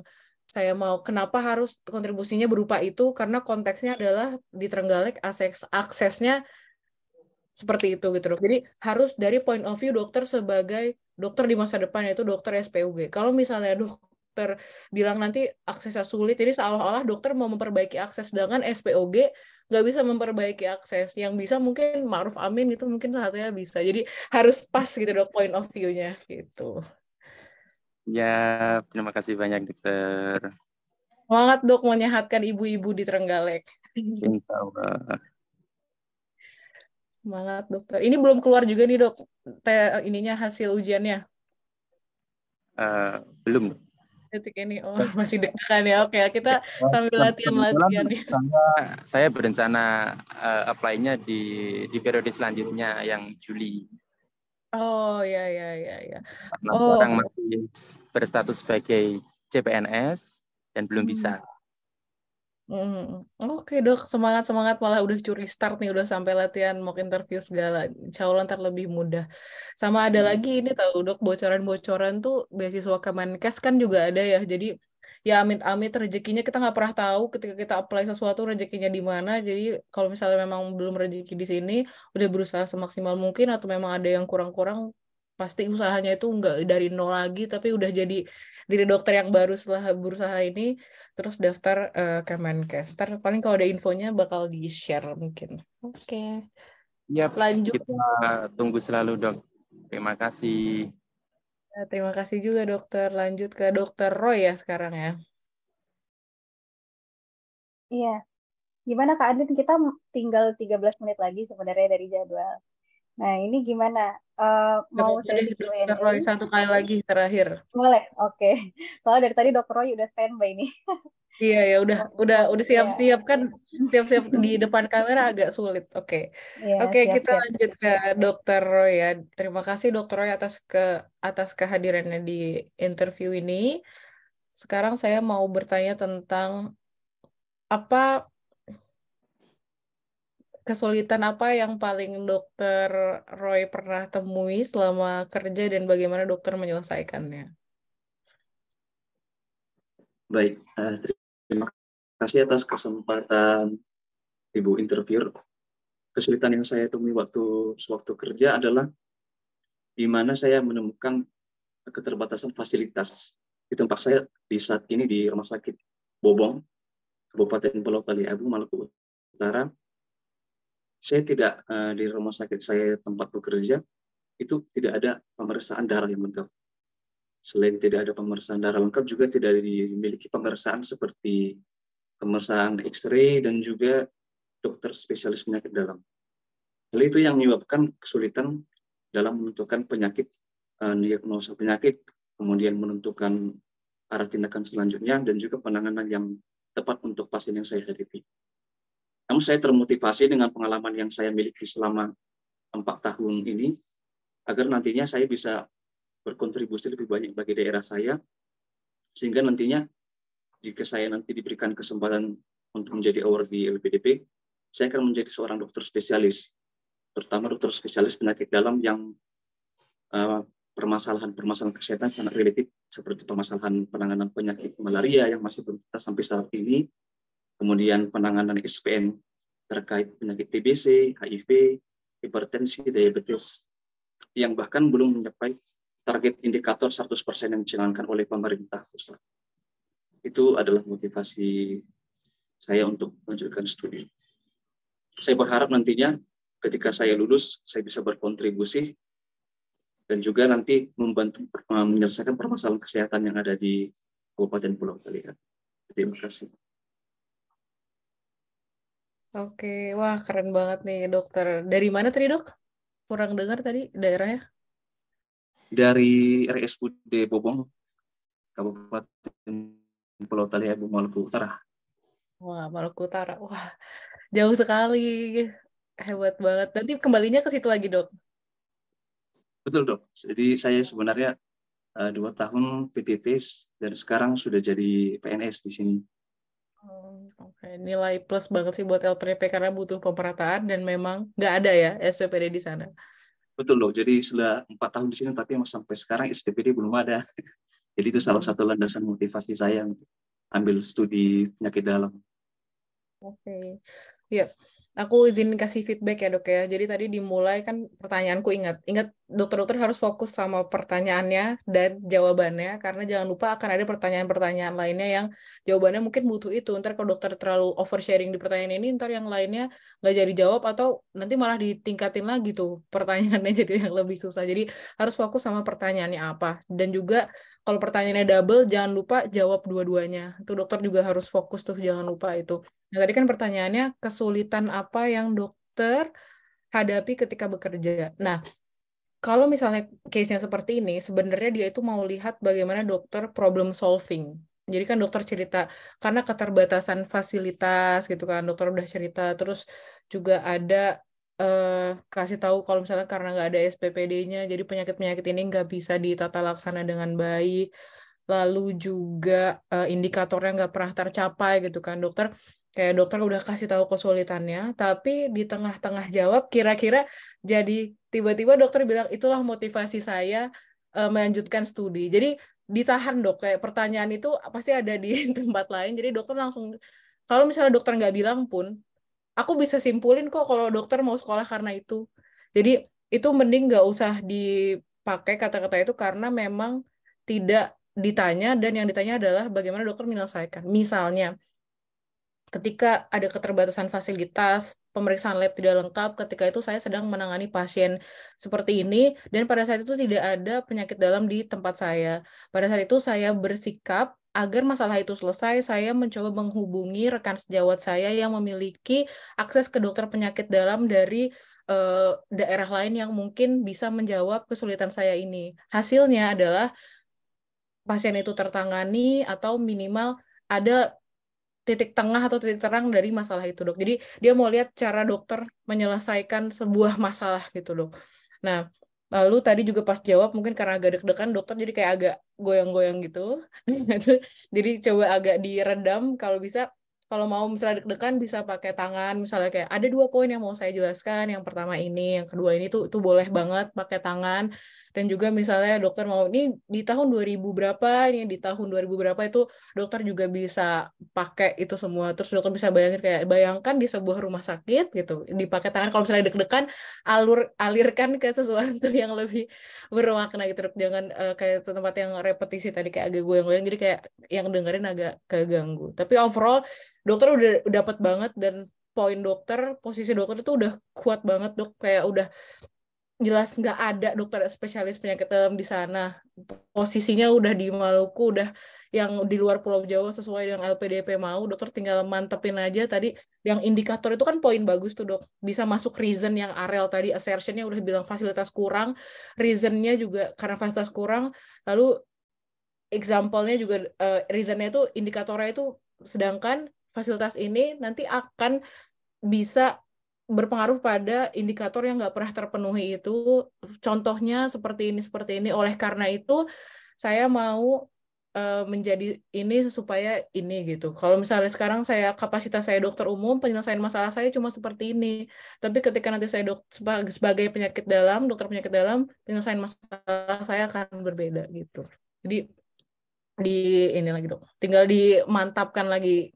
Overall profilnya udah kuat banget, apalagi PNS kan kayak udah terikat gitu, nggak akan kemana-mana. Nilai plusnya udah banyak banget gitu. Dokter-dokter tinggal percaya diri aja dok. Oh ya, jadi ingat ada satu lagi nih. Dokter-dokter tuh kemarin ada satu sesi yang waktu esai atau sesi apa ya, ada yang cerita kalau saya tuh nggak punya apa-apa, saya nggak keren, saya nggak bisa ngerjain apa-apa gitu. Tapi dokter tuh nggak akan merasa dirinya tuh bisa melakukan sesuatu kalau dokter sendiri yang lihat. Karena kita ngerasa ya udah gitu. Misalnya kayak, oh muntah ya udahlah injek ondansetron aja beres gitu. Atau oh misalnya udah injek ini aja itu sesuatu yang menurut kita hal-hal biasa gitu. Tapi kalau yang ngelihat itu orang lain, misalnya yang ngelihat Ma'ruf Amin, dia nggak akan ngerti injeksi ondansetron itu buat apa. Jadi kita tuh pasti punya satu kelebihan yang mungkin kita nggak sadar, dan orang lain itu kita nggak tergantikan, tidak semudah itu menggantikan seseorang. Misalnya contoh saya di sini gantiin Dokter Roy di Maluku, belum tentu saya bisa menghadapinya dengan fasilitas itu. Jadi dokter sekarang ada di mana? Coba dipikirkan, kayak dipikir lebih dalam, itu peran dokter di situ apa? Kira-kira ya memang di sinilah kapasitas saya untuk melakukan sesuatu sekarang. Jadi gak usah muluk-muluk kayak bikin sesuatu baru, Nobel, jadi ikutan bikin vaksin baru, itu nggak perlu dok, tapi maksimalin peran dokter sekarang gitu. Aku pernah diceritain sama seseorang mentor juga waktu itu. Jadi ayo kita balikan ceritain ke yang lain-lain biar ada semangat. Karena pasti ada masanya ketika kita ngejar beasiswa, kita tuh sedih karena kok nggak keren banget ya, kayak aku tuh nggak bisa ngapa-ngapain. Tapi sebenarnya kalau kita lebih dalam lagi mikirnya, insya Allah pasti ada poin yang emang nggak tergantikan gitu dok. Ya dok, makasih dok. Makasih buat dengerin dok. Makasih juga dokter. Yang lain ada yang mau ditanya lagi? Terima kasih, Dokter Roy. Keren banget dokter dari Maluku ya dok ya. Oke, ini kita mungkin langsung masuk ke sesi Q&A aja kali ya Kak. Soalnya pertanyaannya udah lumayan banyak nih. Ada dokter-dokter yang mungkin mau tanya langsung? Oke, ini Dokter Beatrix, Dokter Farah, mau tanya langsung dok? Mungkin saya mau rangkum dulu kali. Oh iya, boleh. Mungkin sebelum Dokter Beatrix nanya, di sini kan ada pertanyaan di meeting di ini ya, di chat. Nah, saya mau rangkum aja nih. Ini banyak yang nanyain masalah teknis Dokter Adlin, karena nanti kan kita wawancaranya online. Nah, mungkin online itu akan berbeda dengan offline ya dok ya. Bagaimana nanti untuk persiapannya, untuk wawancara offline, bagaimana mungkin attitude kita gitu ya, ketika kita wawancara daring itu, mungkin dari mulai persiapan sebelum wawancara, dari mungkin pakaiannya perlu dipikirkan, atau mungkin nanti posisi kameranya seperti apa. Terus ada yang tanya juga tadi background-nya dok, pakai virtual background atau enggak gitu. Boleh dijawab dokter Kak Adlin. Oh. Ini agak putus-putus. Kalau dari suaraku sekarang jelas nggak ya teman-teman dokter semua? Jelas dok. Oke. Kalau settings itu pertama dari Zoom ya, pastiin kita di tengah nih. Aku di tengah dengan posisi badannya masih kelihatan sedikit, sama tangannya juga kelihatan. Kalau misalnya dokter mau memaksimalkan pakai tangan, karena bayangin dalam 40 menit kita komunikasi, tapi kita nggak bisa expand body language, jadi nanti kelihatannya bosen. Sedangkan mereka harus mendengar apa yang mau dokter sampaikan dan cita-cita dokter. Nah, yang kedua adalah udah di tengah, lalu lurus nih, dan lihat ke kamera nih. Aku lagi lihat ke kamera nih sekarang. Matanya jangan kemana-mana. Kadang kan suka mikir kayak ngeliat ke atas atau kayak ngeliat ke samping, itu jadi kayak jadi kayak menyontek atau apa gitu kan. Nah, untuk background-nya nanti nggak boleh pakai virtual background, jadi benar-benar plain, terus nanti di awal itu akan disuruh memutar kayak 90 derajat gitu dok, buat ngelihat kalau di ruangan itu kita sendirian, dan tidak ada contekan-contekan. Jadi yang kalau yang print-printan itu yang tadi aku ceritain untuk misalnya kasih surprise ke interviewernya itu ditaruh di bawah laptop. Jadi kan laptop kita nanti kita giniin dok, kita putar, tapi taruh bawah meja itu. Jadi itu sih nggak kelihatan, dan memang nggak apa-apa kalau cuma kertas-kertas untuk ini aja, untuk apa, menunjukkan apa yang dokter punya. Lagian itu kan foto, bukan tulisan-tulisan gitu. Ada apalagi Feb yang belum dijawab dari setting? Kemudian ini mungkin teknis juga nih. Nanti ketika kita menyapa interviewer, itu enaknya pakai sapaan apa tuh, Pak? Karena kan kita nggak tahu ya interviewernya dokter atau apa gitu. Kalau misalnya memang memperkenalkan atau di nama Zoom-nya ada prof atau dokter, mungkin bisa pakai gelar, tapi waktu aku experience-nya dia benar-benar nama aja. Jadi kita manggilnya Pak sama Bu aja cukup.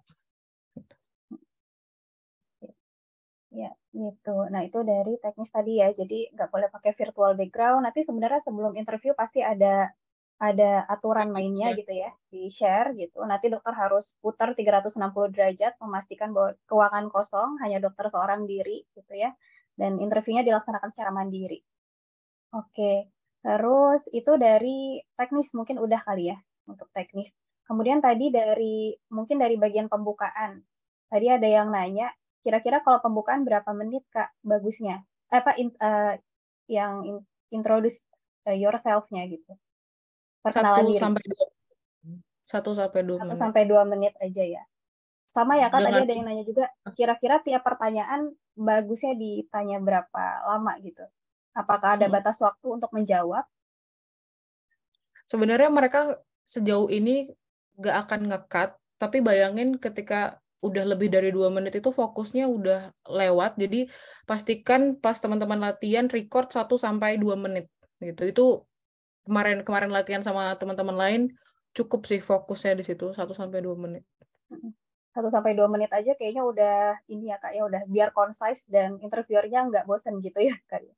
Kalau misalnya tahu jawabannya dan nggak muter-muter, 1 sampai 2 menit itu cukup.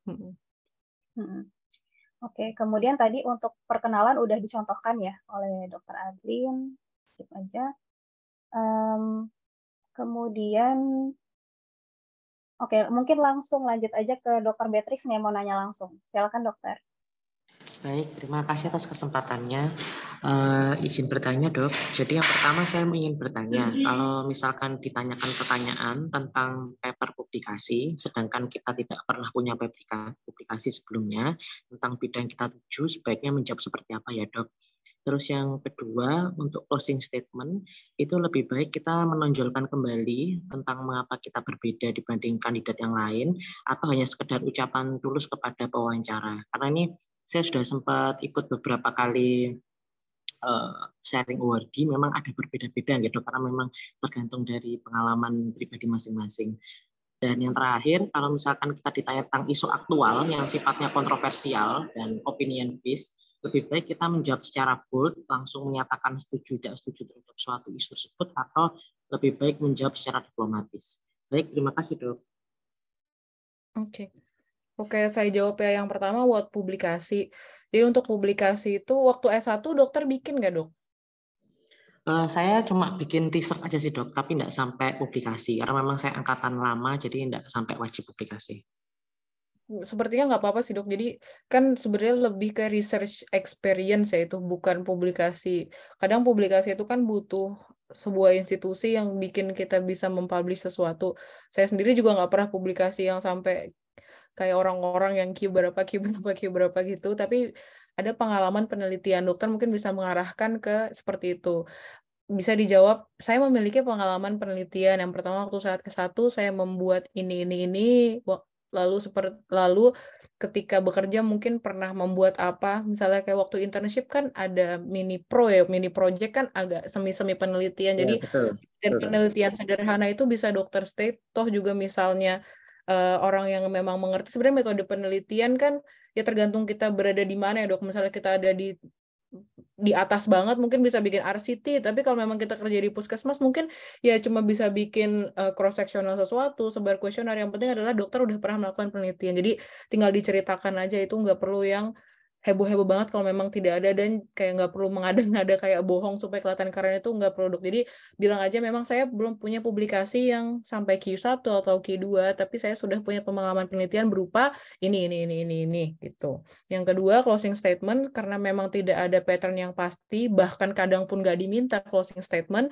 jadi pilihlah yang mana menurut dokter itu paling bisa menyentuh hati dari interviewernya. Kalau misalnya dokter ngerasa dokter punya cerita yang relate sama field dokter, misalnya dokter mau jadi spesialis stroke, terus spesialis saraf, terus case-nya stroke gitu, terus nanti ada case personal yang bisa relate, terus misalnya kayak bisa bilang, coba bayangkan bapak atau ibu, misalnya bapak sama ibu orang tuanya punya penyakit stroke juga, terus bisa kayak ada story-story yang seperti itu bisa banget dipakai. Tapi kalau misalnya nggak ada dan kira-kira masuknya nggak bisa pas, cukup bilang berterima kasih aja, sama misalnya tunjukin betapa kerja kerasnya dokter mau di bidang ini gitu. Jadi, tapi kalau misalnya emang dikasih kesempatan sih lebih baik sesuatu yang menyentuh mereka ya, karena itu udah di akhir gitu.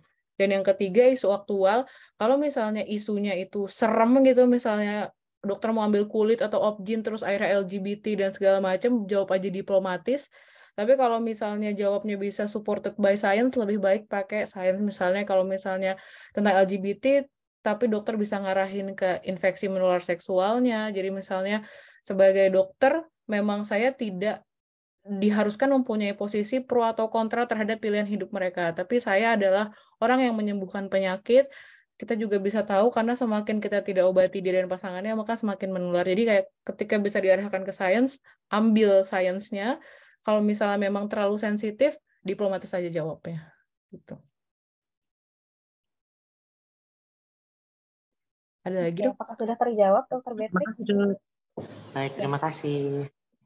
Nah, Dr. Beatrix kayaknya udah berkelana kemana-mana kan, dengerin Awardee, misalnya dengerin YouTube segala macam. Nah, kalau misalnya udah terasa overwhelmed, udah mungkin kok masukannya beda-beda, itu balik lagi karena memang nggak ada standar kayak jika ini maka ini tuh kan nggak ada, dok. Jadi sekarang dokter saatnya self-reflection, kayak apakah yang dari Adlin bisa diambil baiknya, atau kayaknya nggak cocok nih sama yang Dr. Beatrix mau, berarti ambil dari yang lain gitu. Sesuaikan sama kepribadian Dr. Beatrix dan nanti merepresentasikannya di depan interviewer. Karena bayangin kita tuh merawan diri kita sendiri gitu, dok. Kita ceritain cita-cita kita, perjalanan kita, terus LPDP mau nggak ya dengan aku yang seperti ini, dengan aku yang bisa well representasikan diriku, bisa nggak sih kita hand in hand nih mencapai cita-cita masing-masing LPDP ini, cita-citaku ini. Jadi dokter harus sangat firm dengan apa yang dokter punya. Gitu. Semangat, dok.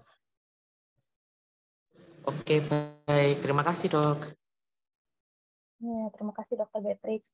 Mungkin ada pertanyaan yang sedikit mirip tadi sama yang Dr. Beatrix. Di kolom chat ada yang nanya, apa sebaiknya touching story itu ditaruh di akhir, Kak? Kalau dijadikan punchline di depan, apa bisa?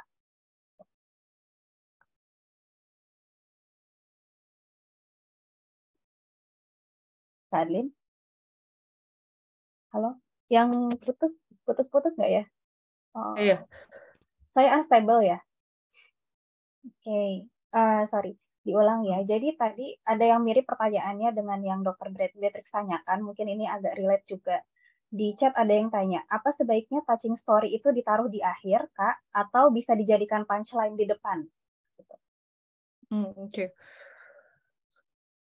Sebenarnya terserah, tapi kalau misalnya balik lagi ke aku, karena aku mau merepresentasikan diriku sebagai orang yang mau mencapai cita-cita, lebih baik di awal itu biarkan orang itu mengeksplor tentang aku dan cita-citaku, jadi lebih ke ceritakan boldnya apa, saya mau menyelesaikan isu, misalnya ada banyak penyakit sirosis hati di Maluku Utara, tapi nggak ada akses dan segala macam, makanya saya punya strategi untuk ini, baru nanti ditutup di touching story-nya di akhir supaya lebih relate, kayak kenapa menggebu-gebu. Nah, setelah alasan seluruhnya yang jelas yang bisa kita lihat, itu juga bisa kita tambahkan dengan personal story. Tapi kalau misalnya ngerasa dokter perlu di awal, itu silahkan. Tapi kalau aku merepresentasikan diriku itu lebih suka di akhir, karena susah lagi dieksplornya kalau udah personal story, karena ya udah yang merasakan cuma dokter kan, jadi itu jadi tambahan bumbu betapa dokter mau mendapatkan itu gitu.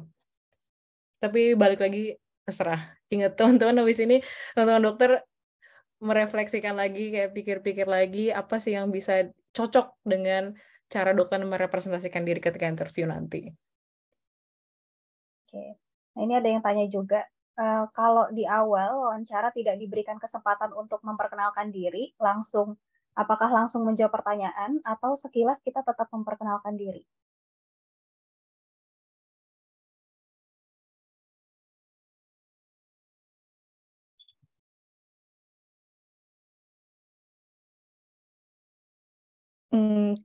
Kalau secara kesopanan menurut saya langsung dijawab dulu dengan terima kasih atas pertanyaannya. Sebelumnya, perkenalkan, nama saya Adlina Zahra, dipanggil Adlin, dan saya saat ini sedang bekerja di sini gitu. Udah cukup 2 kalimat langsung baik, langsung saya jawab pertanyaannya ya Pak, Bu gitu. Kayak dikasih perkenalan yang dikit aja, jangan panjang-panjang, bukan yang kayak perkenalan tadi kan, karena memang dipersilahkan untuk memberikan ekstrak tentang dokter gitu di awal. Tapi kalau sekarang, karena memang tidak dikasih kesempatan, jangan lupa tetap harus menunjukkan kalau dokter itu humble, benar-benar kayak bersyukur banget akhirnya bisa ada di situ. Dan yang kedua, kenalin 1-2 kalimat, baru yang terakhir langsung jawab pertanyaannya. Oke. Mungkin langsung ke Dokter Farah yang mau nanya langsung ya. Silakan dokter.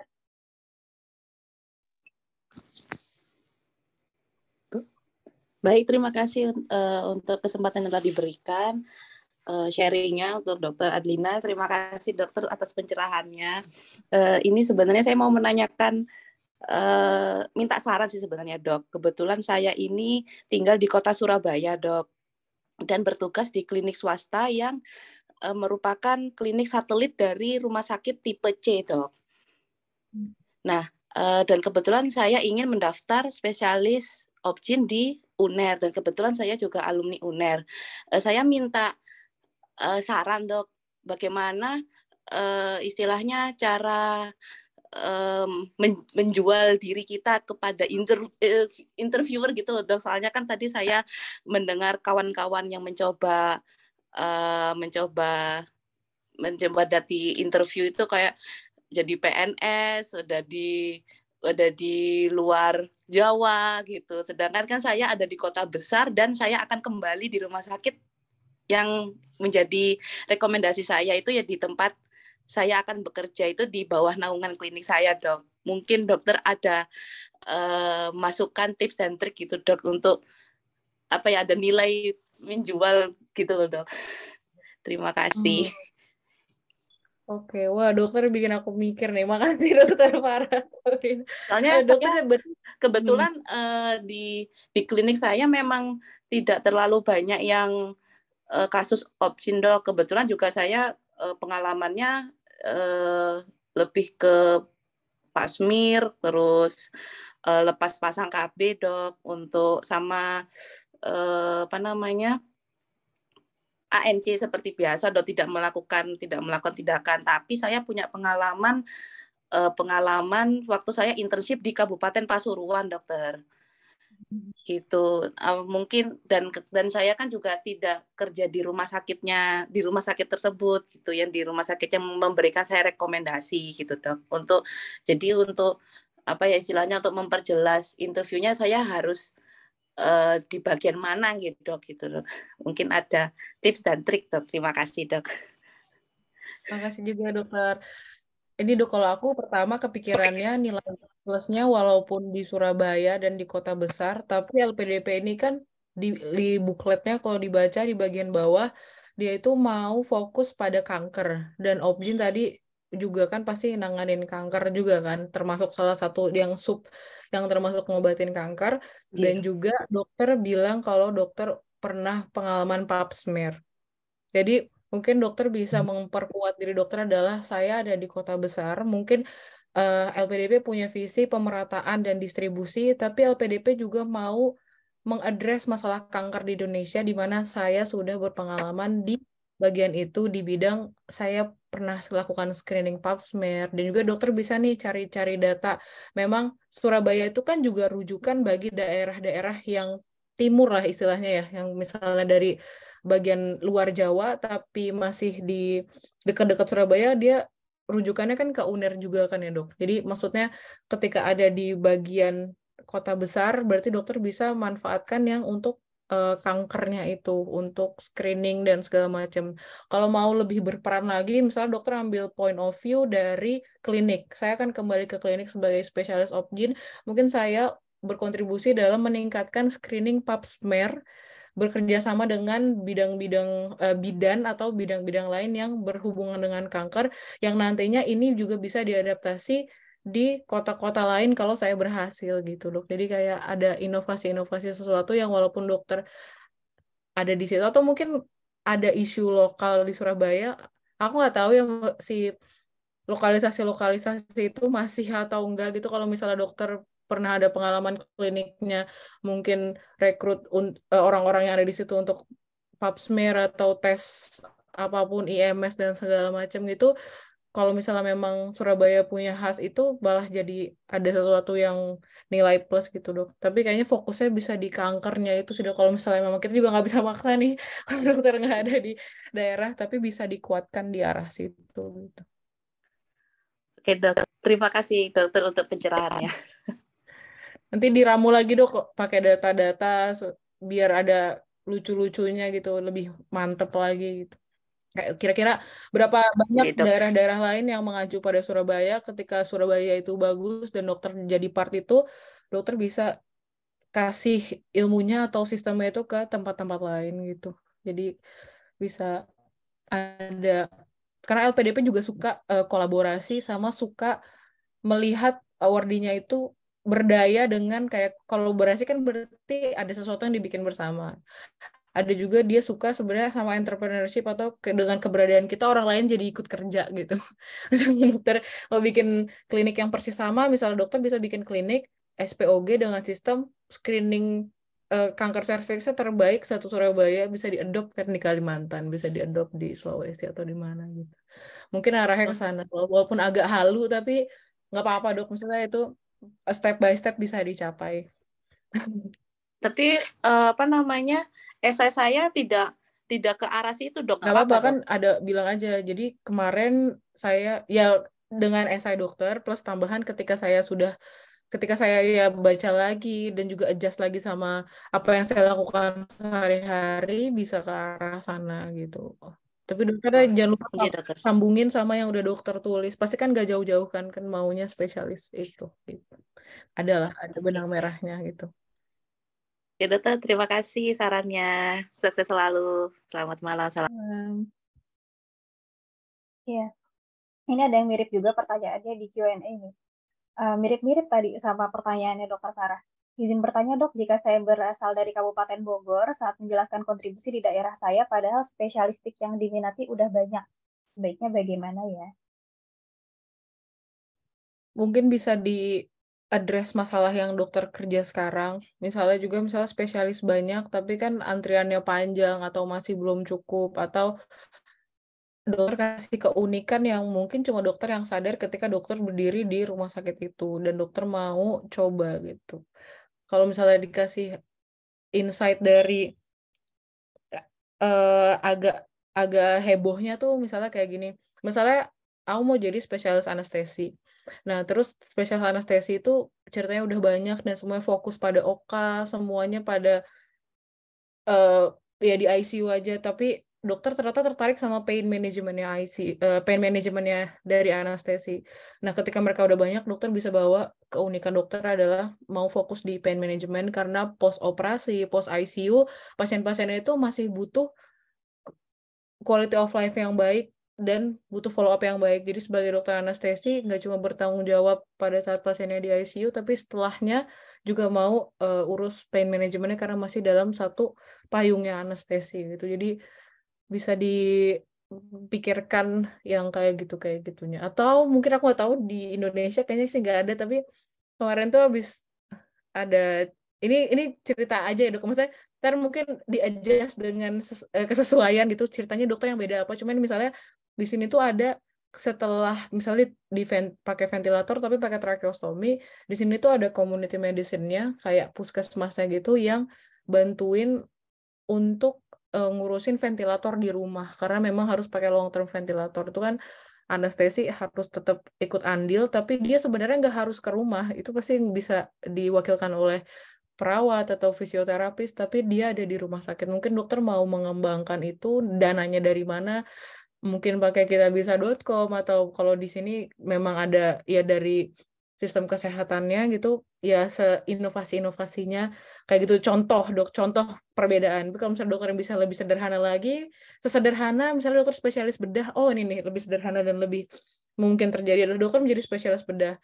Lalu habis operasi GV kan pasiennya. Nah, kalau rumah sakitnya 2 jam, ke rumahnya mau GV ntar jadinya malah ILO. Nah, dokter mungkin punya inisiasi bantuin perawat-perawat atau entah siapa gitu yang nggak harus perawat juga, mungkin masih tenaga kesehatan yang ada di daerah-daerah untuk diajarin GV, jadi nanti pasiennya nggak usah ke rumah sakit lagi, tapi bisa didelegasikan ke rumahnya masing-masing karena dokter udah bikin training buat orang-orang itu. Sederhana itu dok, kira-kira uniqueness-nya. Ya. Jadi uniqueness bisa macam-macam ya dok, nggak cuma karena nggak hanya mungkin tadi keunikannya beberapa dokter yang mock up dari daerah gitu ya, yang tentunya bisa jadi putra-putri daerah, tapi dokter-dokter yang di kota juga bisa berkontribusi dengan keunikan masing-masing gitu. Jadi yang dijual nanti kontribusinya apa, dan itu yang bakal diingat nanti sama interviewer gitu, yang menjual dokter di hadapan para interviewer. Oke, terima kasih Kak Adlin. Mungkin selanjutnya ini Dokter Caroline ya, yang mau tanya langsung. Oke, baik dokter. Terima kasih dok, kedengaran saya dok. Ya dok, saya cuma mau nanya satu hal aja sih untuk nanti pada saat seleksi wawancara itu kan, apakah kita perlu memverifikasi dokumen kita seperti ijazah asli gitu, transkrip nilai asli perlu kita tunjukkan kepada interviewer atau enggak, atau misalnya seperti sertifikat gitu kan. Tadi dokter bilang pada saat kita seleksi wawancara kan harus kita memutar 360 derajat kamera kita kan, dan tidak boleh ada berkas apapun yang ada di meja kita gitu. Itu aja dokter, terima kasih. Jawabannya enggak dok, nggak perlu disiapkan seluruh dokumen-dokumennya, tapi disimpan. Misalnya dokter punya lemari nih di kamar, disatuin aja, kalau amit-amit dia minta langsung dokter ambil gitu. Tapi karena dokter udah lolos administrasi, itu mereka udah baca semua dan emang nggak pernah ditanya tentang surat-suratan itu, jadi nggak perlu lagi. Jadi sifatnya jaga-jaga aja, dokter taruh di satu tempat yang mudah diambil kalau dia minta. Tapi sejauh ini aku ngobrol sama teman-teman yang udah wawancara semua, nggak pernah ada yang diminta. Baik. Oke, ini waktunya kita sebenarnya udah habisan banget. Gimana Kak Adlin? Masih mau dijawabin pertanyaannya? Ini saya udah coba rangkum ya. Mungkin singkat-singkat aja, mudah-mudahan tercover. Yang pertama ini mungkin sama tentang kesesuaian esai dengan wawancara ya. Ada yang bertanya, kalau misalnya ternyata menemu alasan yang lebih baik daripada yang ditulis di esai, gimana? Apakah boleh disampaikan nanti saat interview? Atau misalnya ada poin-poin kontribusi yang belum masuk pas nulis esai, apakah boleh nambah poin-poin saat wawancara? Gitu kan.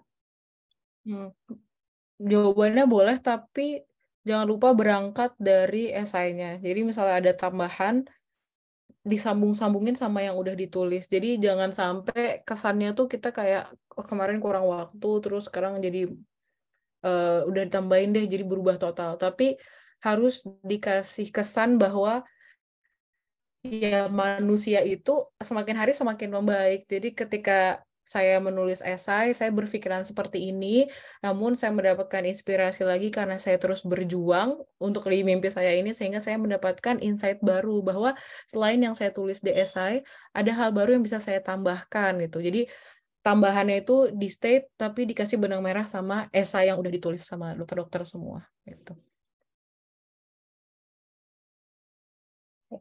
Jadi boleh ya Kak ya, asal masih relate gitu dengan asal yang kita tulis. Oke, selanjutnya mungkin ini ada yang bertanya juga. Jadi ini dokter ini katanya dia bingung bagaimana cara menceritakan soal bagian pekerjaan. Itu masih ada, masih bisa tumpang. Oke. Ya, jadi ini ada dokter yang bertanya. Jadi dokter ini bertanya bagaimana caranya menceritakan bagian pekerjaan karena saat ini saya belum bekerja lagi karena baru resign dari RSUD untuk mengikuti suami dinas di kota lain. Kira-kira bagaimana cara menyampaikan untuk pekerjaan saya pada saat wawancara nanti, Dok? Oke. Selain ikut suami, ngerjain apa, Dok? Nggak ada lagi. Oh, jadi gini. Kalau inspirasinya sih, kalau misalnya lagi nggak punya pekerjaan, sebenarnya ada tahu award di LPDP yang juga naro sekarang pekerjaan di mana tuh tidak bekerja dan dapat aja gitu awardnya, dapat jadi dapat beasiswanya juga. Jadi dokter itu cerita aja kesibukannya tapi yang di luar pekerjaan. Misalnya dokter fokus dijawab tentang background dokter aja. Jangan bilang kayak sekarang saat ini saya bekerja di sini, itu sampai ditanya aja baru dokter ceritain. Tapi kalau misalnya mau fokus sama kelebihan-kelebihan dokter, bilang aja dokter lulus dari mana, sekarang sedang mengerjakan apa. Misalnya nggak bekerja pun kan tetap bisa bilang sedang mempersiapkan diri untuk mengerjakan ini, misalnya beasiswa LPDP, atau sedang mempersiapkan diri untuk spesialis, sehingga memang mengambil career break gitu istilahnya, dan juga baru pindah dan sedang dalam proses mencari karir berikutnya. Nah, kalau misalnya mau pakai tips and triknya itu, dokter bilang waktu luang yang dokter isi itu tidak dipakai untuk malas-malasan atau bukan cuma ya fokus ke keluarga aja, tapi juga misalnya dokter bilang dokter ikut webinar online, dokter ikut kan banyak tuh misalnya yang dari atau Instagram live-nya perhimpunan dokter, misalnya kayak Perki atau apapun itu. Jadi dokter kasih tahu kalau walaupun dokter sedang tidak bekerja, tapi dokter tetap produktif mempersiapkan masa depan dokter. Atau sambil ceritanya dokter mengobservasi daerah-daerah dokter gitu juga bisa diceritain. Misal observasi, misalnya kayak puskesmas ini, waktu dokter lagi datang karena ini ada masalah ini gitu. Atau pokoknya intinya adalah diceritakan keproduktifan dokter sih. Karena saya juga pernah ada fase nggak bekerja, tapi memang sengaja karena mau mempersiapkan untuk LPDP gitu, tapi bisa diceritakan intinya apa yang dilakukan dan kenapanya gitu, Dok. Jangan ambil point of view dari kelemahan, tapi ceritakan bagusnya aja. Oke deh. Oke, ini masih ada beberapa pertanyaan, tapi saya lihat beberapa pertanyaan ini mungkin lebih ke seleksi yang sebelum substansi ini ya, Dok ya. Karena kita hari ini fokus pembahasannya ke seleksi substansi, yakni bagian wawancara.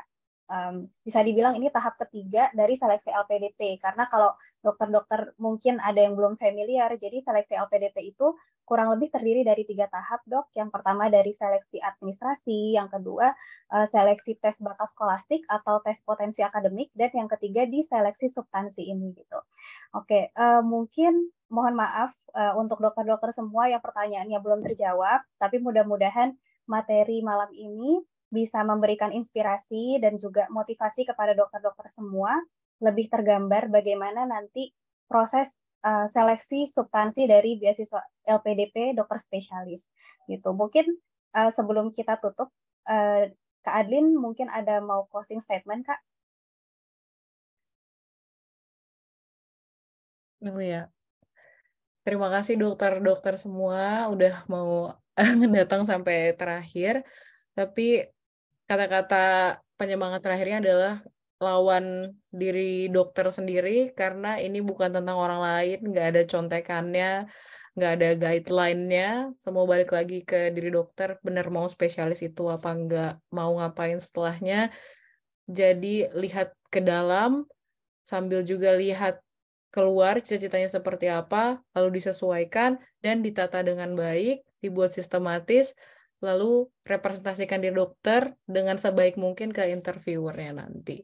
Insya Allah kalau udah berusaha maksimal dan udah jelas dokter mau apa, nggak cuma membantu proses interview ini, tapi juga membantu memproses ke diri dokter, pasti akan ada bedanya nih sebelum sama setelah daftar. Karena dokter jadi lebih tahu maunya apa sih sebenarnya, walaupun semuanya nggak pasti ya, nanti akan ada hal baru dan bisa berubah, tapi at least di titik ini dokter bisa tahu sebenarnya diri kita maunya apa.